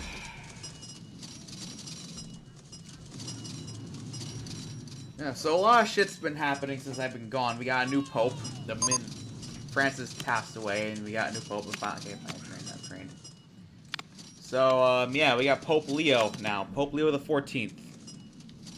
I gotta say, I like the new pope. I mean, he's not groundbreaking on, like, LGBTQ rights and whatnot, which I wasn't expecting him to be honest, but he's keeping up the same energy as Pope Francis when it comes to immigration and human rights and whatnot. He called for an end of war in Ukraine. He called for a ceasefire in Gaza, which is good.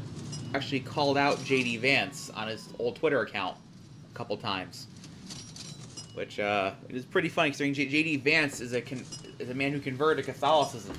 Actually, was he born Catholicism? I don't know. Anyway, he's a Catholic actually, and as you all know, J.D. Vance killed the Pope. I'm kidding. He didn't actually kill the Pope. He met with the Pope the day before he died. So people are joking that J.D. Vance killed the Pope. And then, of course, he visited India, and the day after, and when he visited India, there was a terrorist attack in Kashmir. So people are joking that J.D. Vance brings death and destruction wherever he goes now. So to that, I say, what we need to do is we need to schedule a visit.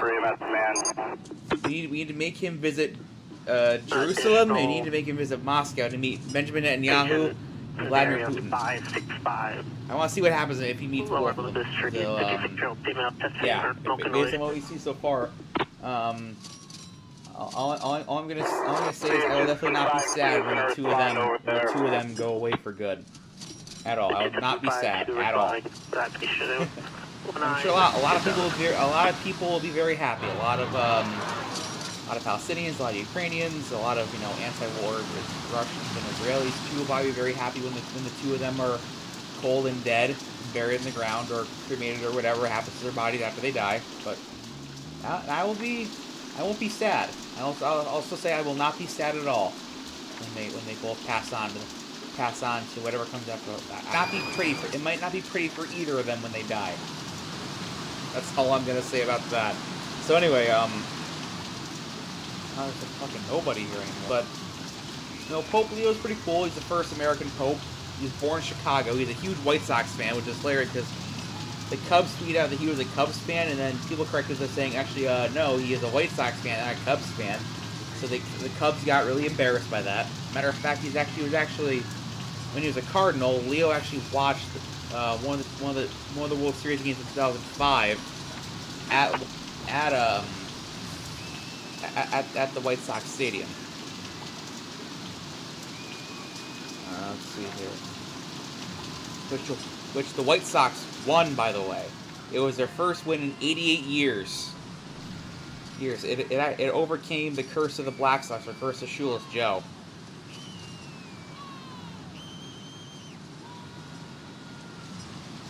Yeah, so at the time he was seen during the 9th inning of the first game, which was at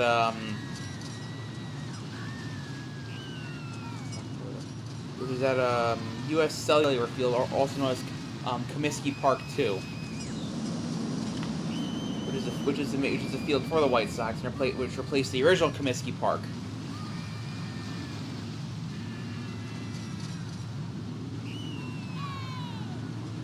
That was a very fun World Series to watch. I was there. I watched live when the Cubs won 2016. I was so fucking happy. Even though I'm not even a Cubs fan, I was so fucking happy that they won against the Indians. The Guardians now. I still call them the Indians. But yeah, that was a great fucking World Series. Food was a little ruined by Trump winning his first term shortly after that, but oh well. Just the way the life goes, I guess.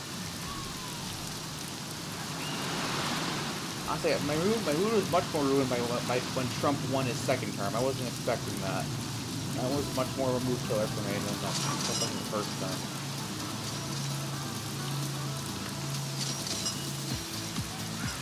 Oh well, looks like a Trump for 4 more years. And it's only going to be 4. We're not going to do any of this third term bullshit that he's been joking about. Those are going to remain jokes, okay? We're not doing this third term bullshit.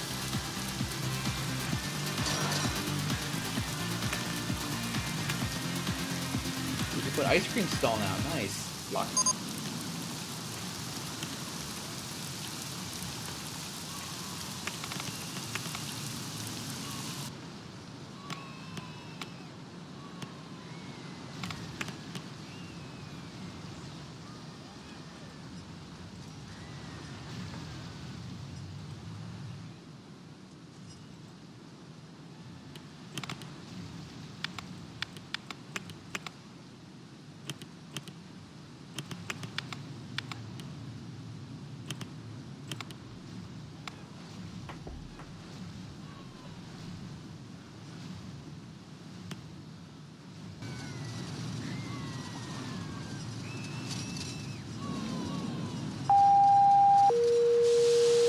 Requesting your dive team stand by for a possible response. 434 Big Boom Road for an overturned kayak.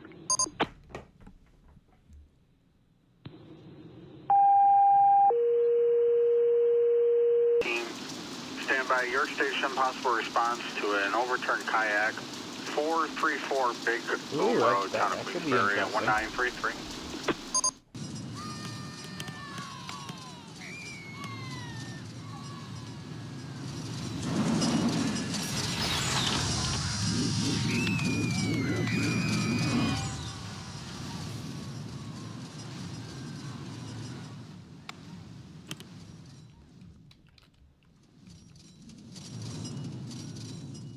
John D. Rockefeller, this shit again.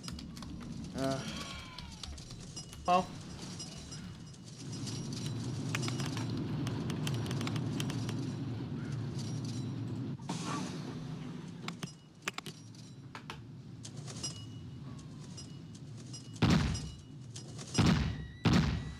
Die Raider. Results immediately. Perfect.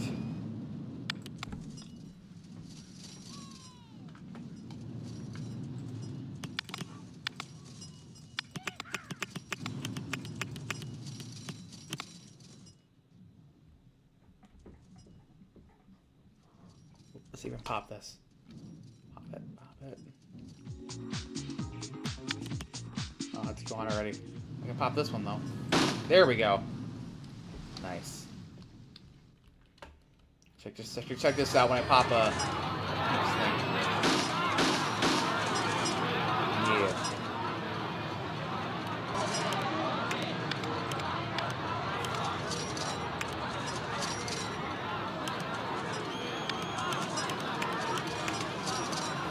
There we go. No, I'll add some security. Why not?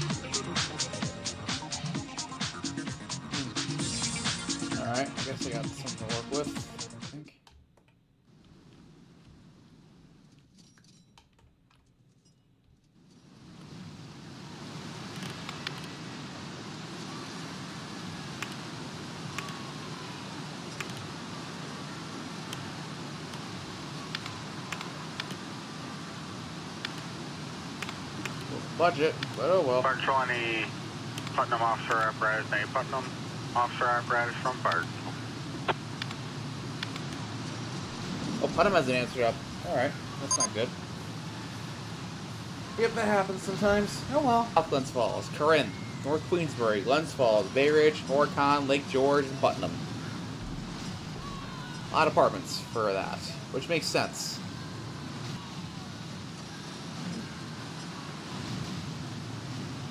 Huh. Okay, I had no idea what you just watched, but that's on you. Oh well.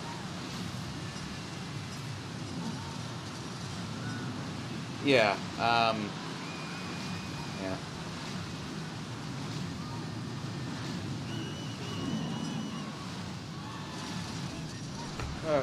Okay, let's just... whatever. Fire is financial old news. Let's see what's going on. Let's see what's going on elsewhere.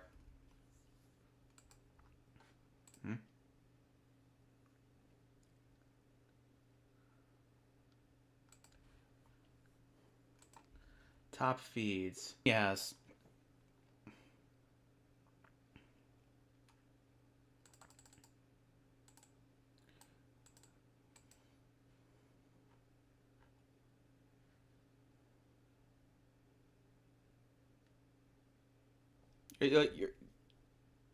Oh, there's no ad. Okay. Alright, never mind. I just thought there was going to be an ad. Alright, anyway.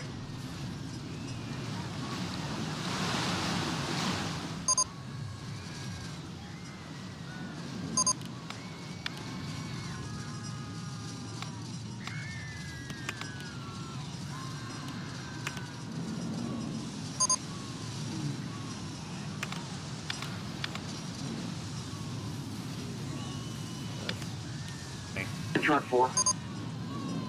You have another crew coming to Water Street to help out?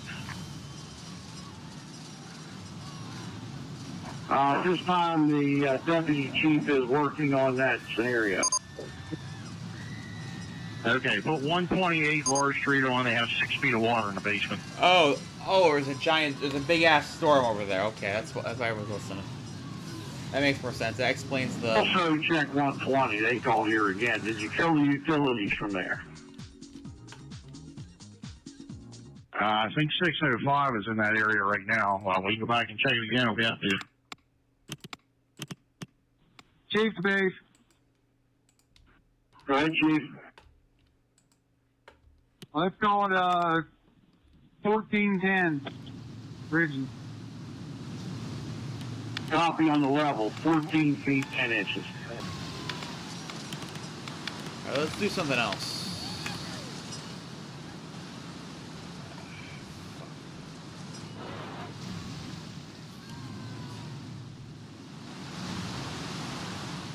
Copy. Okay.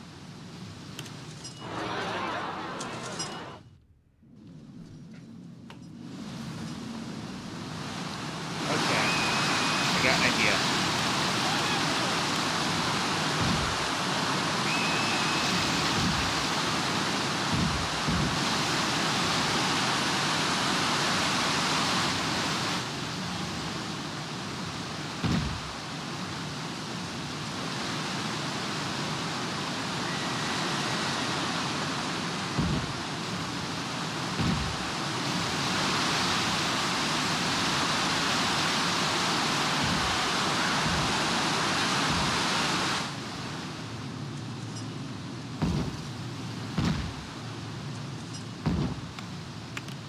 Okay, let's fix that real quick.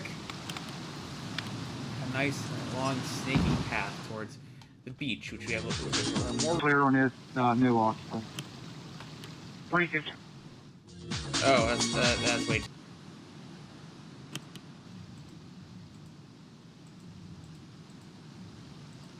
246 Somerset 34.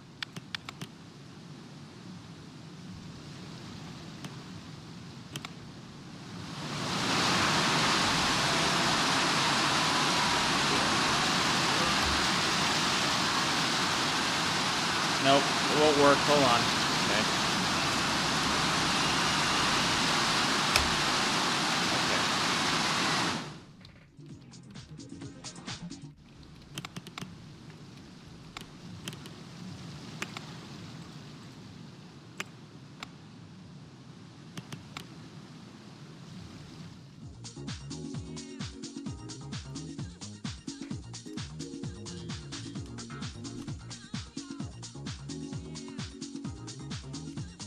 617 base from truck 4. Yeah. Is being taken care of. We are unplugging the refrigerator for them. They only have 1 inch of water in their basement. I hope they consider themselves lucky. We're explaining that to them. Yeah, storms always generate a bunch of calls for us. You know, have to flood basements, wires down, all that fun jazz. Yep. Chief.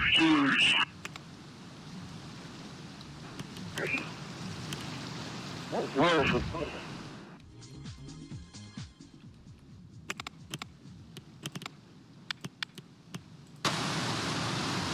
Let's test this out.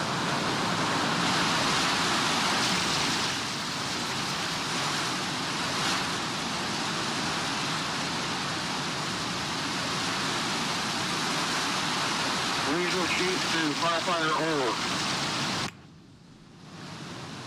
Good, Chief. Your status? Got about an inch left in this basement. Is Wilson with you? That's confirmed.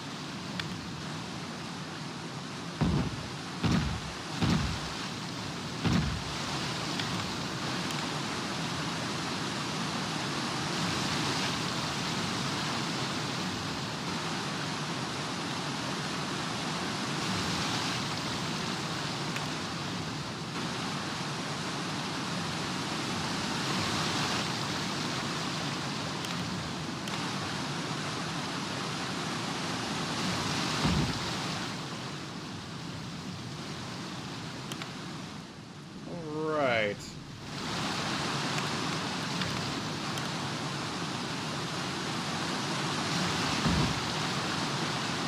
What happened here? Hold on. This don't look right. Hang on. If you would. Okay.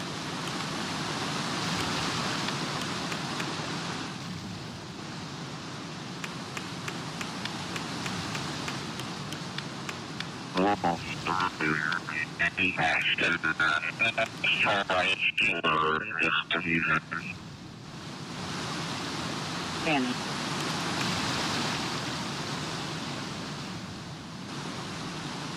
Okay.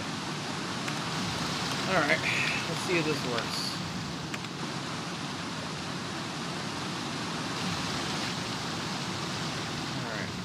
28, it looks like P-Patch turns right off of Fairview, and Fairview continues straight. Okay, good. You're welcome. I don't know how lifeguards are just props and we're actually employees. You still on work here? Oh Yes, sir.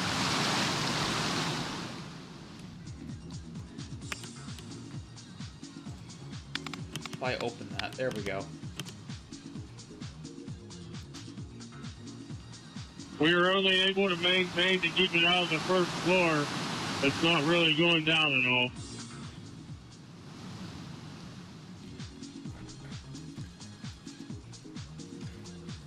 Alright, more people in the pool complex is good. 602 Second Assistant Foreman to 602 Chief. Oh, so close, too.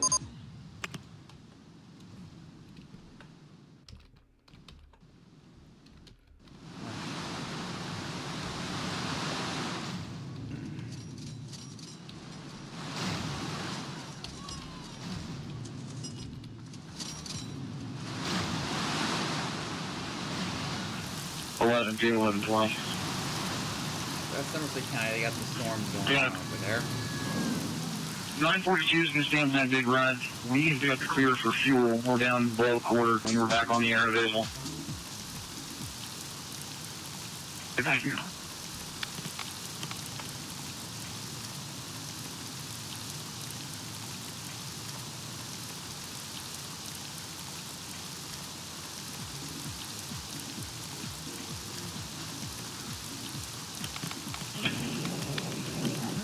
Chief Savage River now. We're going to have one team from Somerset County and Fayette County are going to be staged with all the other units. Get back into Fairview and check that out. If there's some way we can make access down to Savage River from there. Just to let you know, that's where we'll be staged.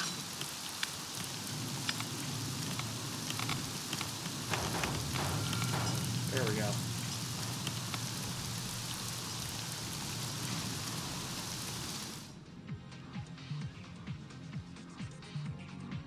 Usually it tends to be the case.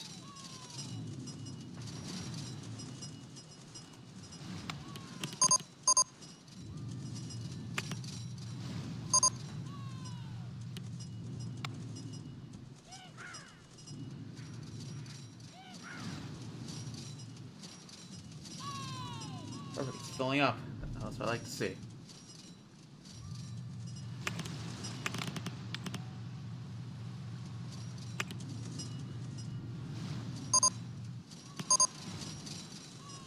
Again, fuck you. This is number we want to pay attention to. Ride tickets.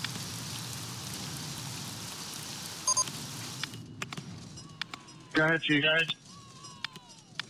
Alright. The ladder truck's checking on the old Smith residents and stuff there, just make sure they're good. Copy that, Chief.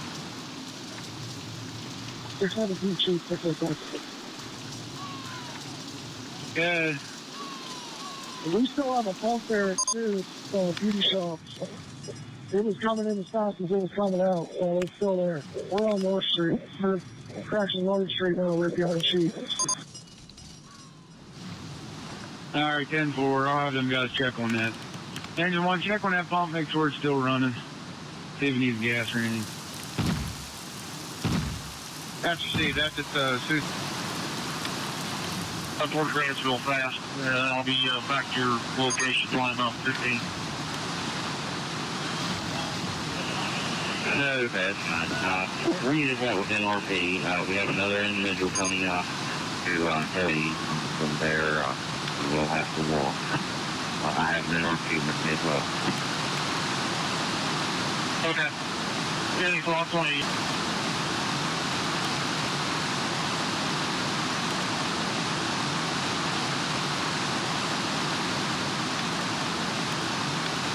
I'm also going to get it before we stay at the Germany State Park so we can figure out what we're doing. And what's your thoughts on UTV? Maybe to go in there and assist us.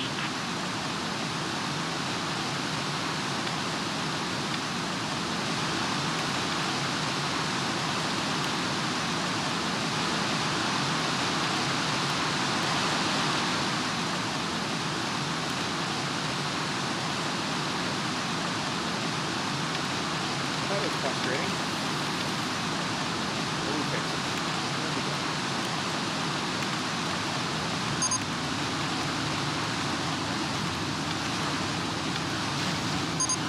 69, Chief.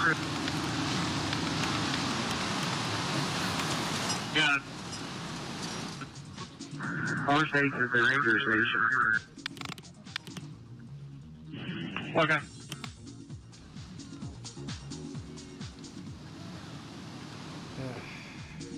Go ahead, truck 4.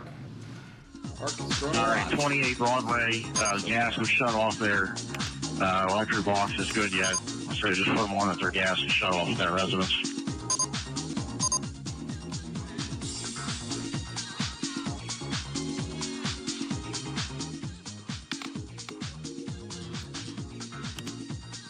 Chief.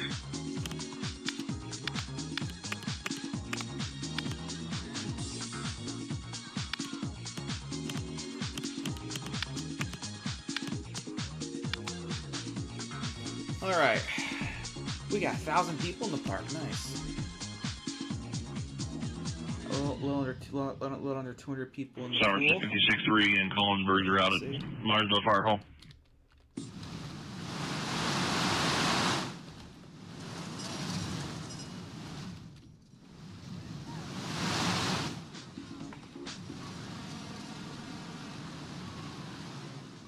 Assistant safety to county on Ops 3.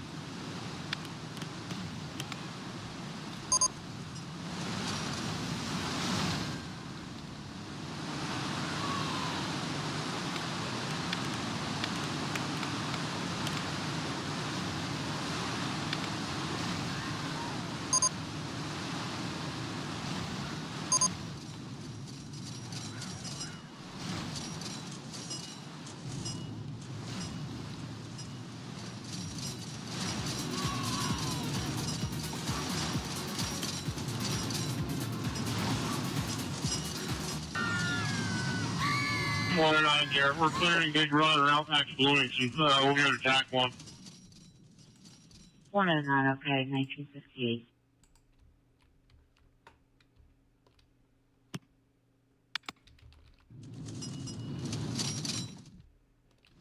This time, we have the one deployed at the end of Large Street where we previously were at.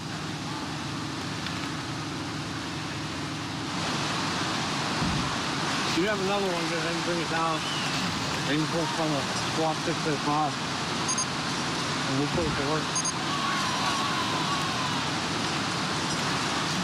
Yeah, drop it, Chief. 643 still in service. Yes, they are.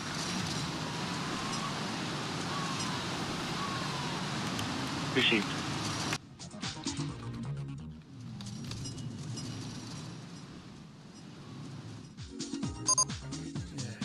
Well, yeah, I am stuck before I'm an entrepreneur. I just can't get to 700. So it's, oh, fuck.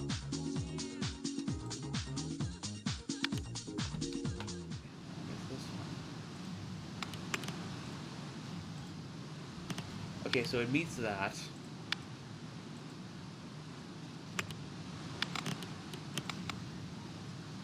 Okay.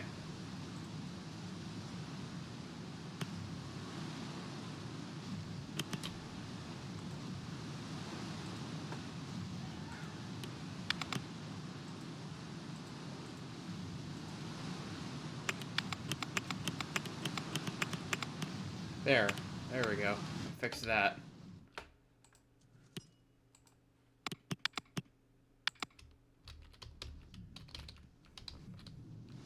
Yeah, maybe that'll give me about 700 this time.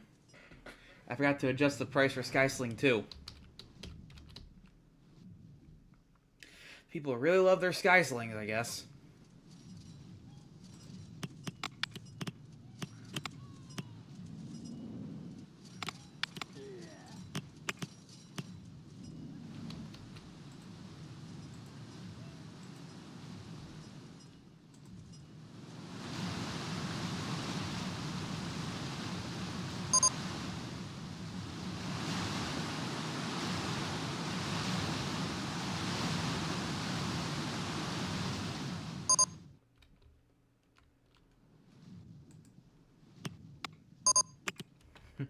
Actually, being the one guy that is like, yeah, no, all the other rides are great, are good, I guess, but the elevator, man, that one specific elevator, Elevators 3, that is my best fucking, that's the best fucking ride. Come on, dude. Whatever.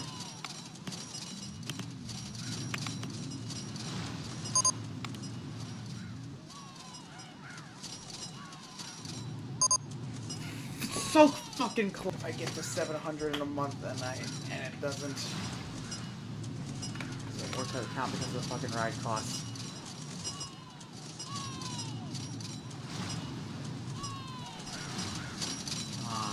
Come on, baby.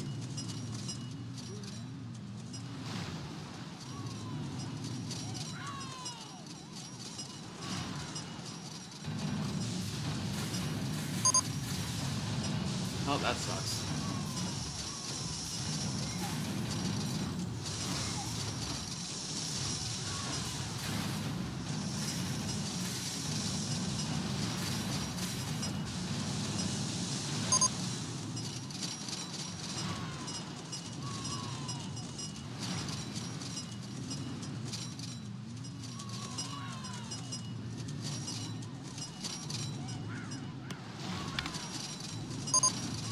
I got an idea. I'm gonna modify this ride real quick.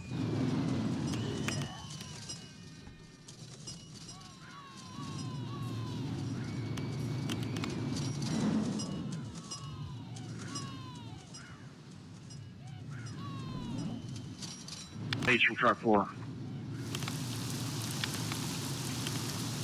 Go ahead, truck 4. Just let it be known the crossings are all blocked in town by train stop as well. Ride. Yep, ride's up. Got towed up. Yep, ride's over. Bye bye.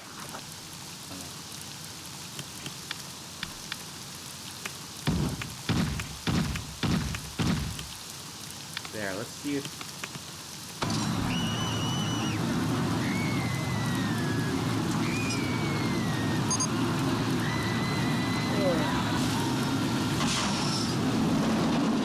Alright. Energy roll is still there. Straight away now.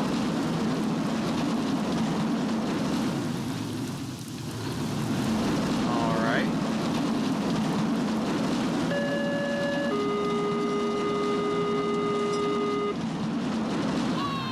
Number Sky Station 900. Better. Apartment 121 noted as work.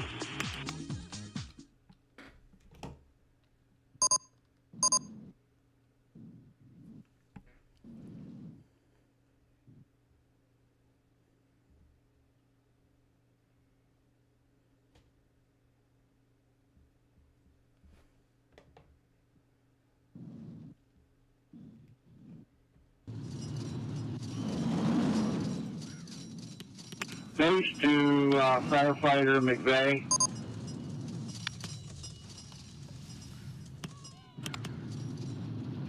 Alright.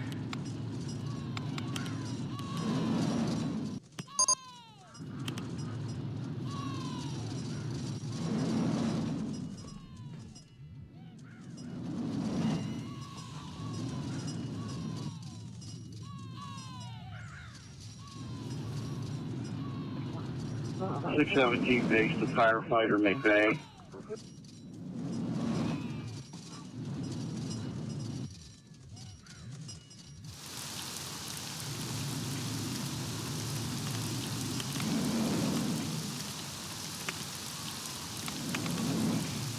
Alright, let's see if I can cross over 100 time.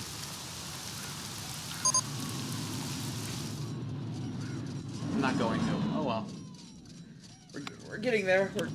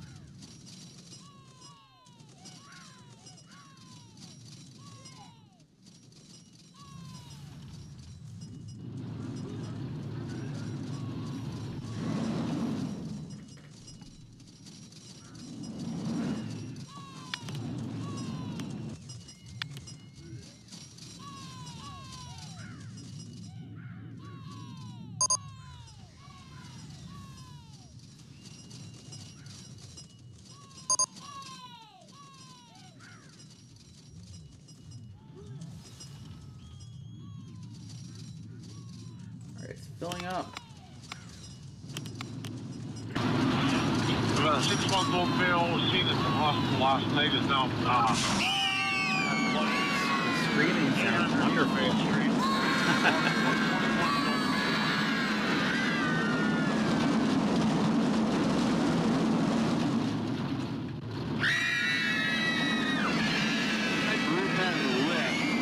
I'm not sure what all would be remaining on there. I got it.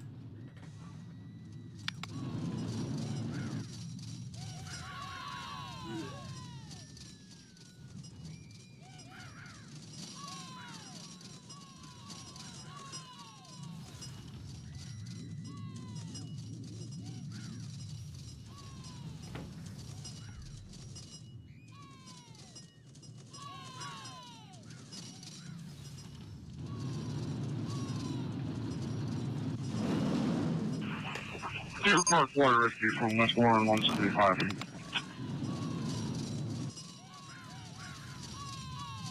Yeah. Just making sure on the channel so we have some sort of communication. We don't have any radio except for what's in your gate. Fire Pack 3. Okay, can you just call us? We'll be using the radio in your gate. It's so close, but it's so far.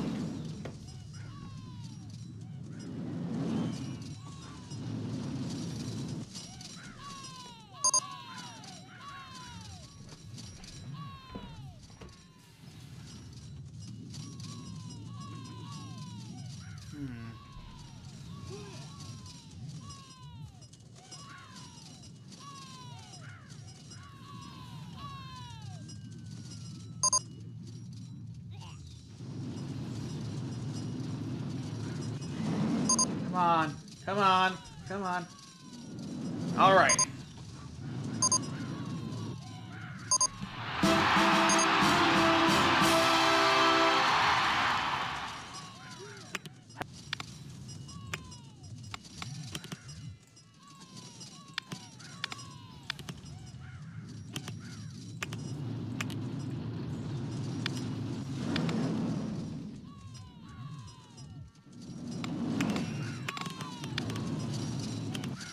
Finally, some fucking progress. Hell yeah.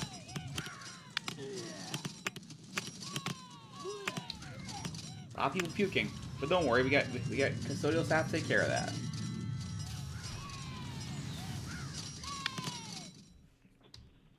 I do want to hear Central. Hi, we're good. Oh, this one. I got a little second coaster. Fuck. And 4.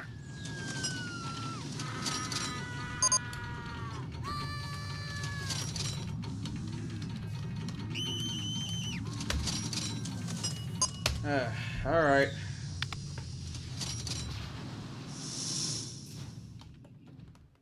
You know what, I'll hold off.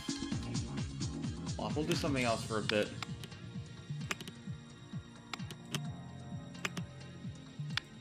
Save that there.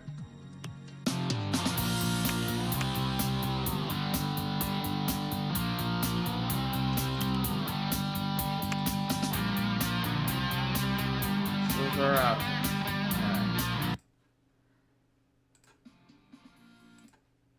Some discussion real quick. Let's turn this off real quick and go back to discussions and stuff and whatnot.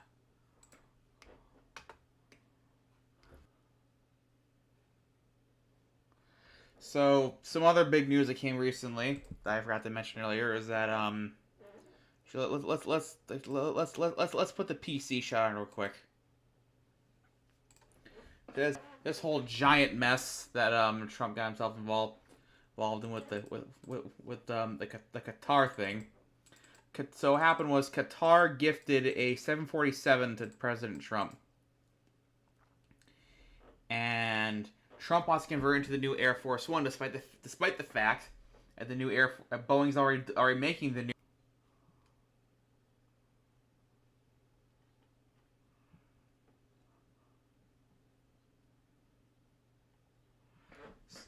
So what happened was, the new ones are supposed to come in 2022. But the problem was they got delayed 5 years, and Trump is apparently pretty pissed off about that. So he bought this Qatari 747. But the problem is that it would take up to 2 years to install necessary equipment like security, telecommunications, defense capabilities to make it Air Force One worthy. And even Republicans are raising concerns about it. Like even fucking Ted Cruz is saying that this poses significant espionage and surveillance problems. Not to mention, obviously, all the Democrats are pretty pissed off about it. And so, as seen here, it's estimated that this thing is worth about $400 million, but the potential plans is a value. But the value of the aircraft is closer to about $250 million. But the problem is it costs at least 3 times that, if not more, to improve it, to bring it up to Air Force One standards. And the thing is, even if it's only a temporary use, as Trump says he wants to do it as a temporary thing, they have to basically strip the aircraft down to its frame and then rebuild it with necessary communications and security equipment. It had to be checked for bugs, hardened to make sure no one can hijack the electronics in the airplane, because nobody wants that to happen, obviously. Of course, this isn't even going into the whole bribery thing, or the whole fucking the many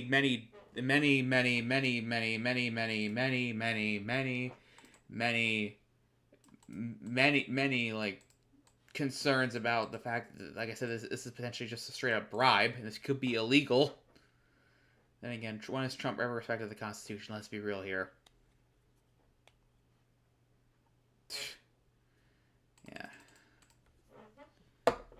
This whole thing's a mess. This is just one of the many messes that he's gotten himself involved in. Here's another thing, by the way.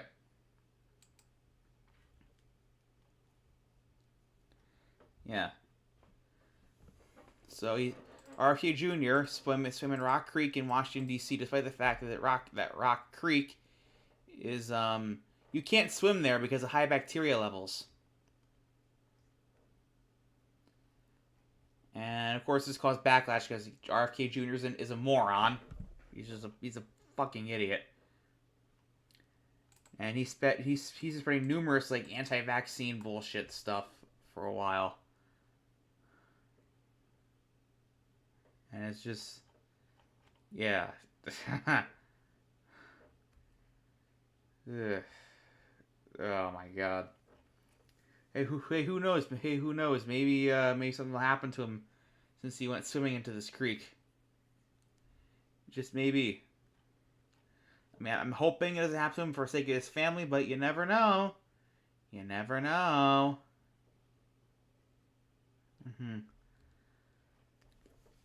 Look, I can go on and on and on about how much I don't like these people.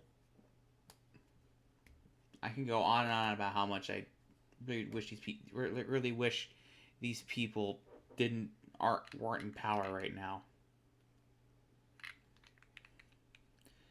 But I'd just be sort of preaching to the choir here, essentially. I'd be just, ugh.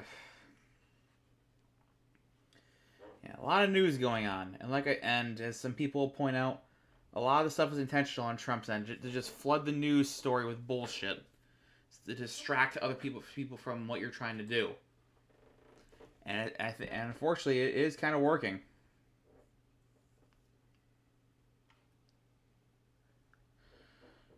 It is working, unfortunately. All we can do is prepare for 2026 and 2028.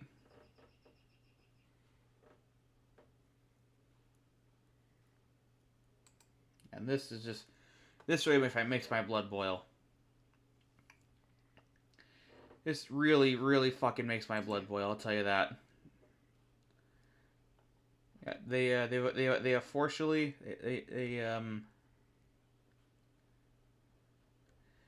they got rid of all the trans soldiers and trans service members. It's terrible.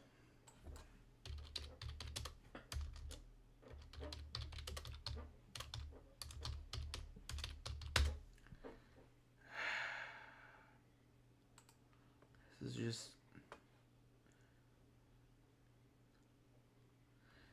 at a time where there's a recruitment crisis. We're kicking people out who have nothing wrong with them besides this one thing that isn't really a problem. What is this? What is this bullshit? It's terrible.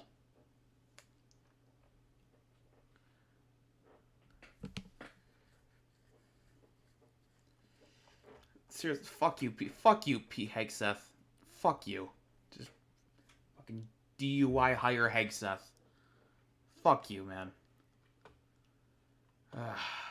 Just really pisses me off. So, yeah, that's the stream, I guess. I don't know when I'll be going on for the next episode, but I'll be sure to be talking about more stuff as well. I'm kind of tired because, I'm not used to waking up so early still. I've been waking up late for years and now waking up early, so. So yeah, thanks for tuning in. I'll see you guys next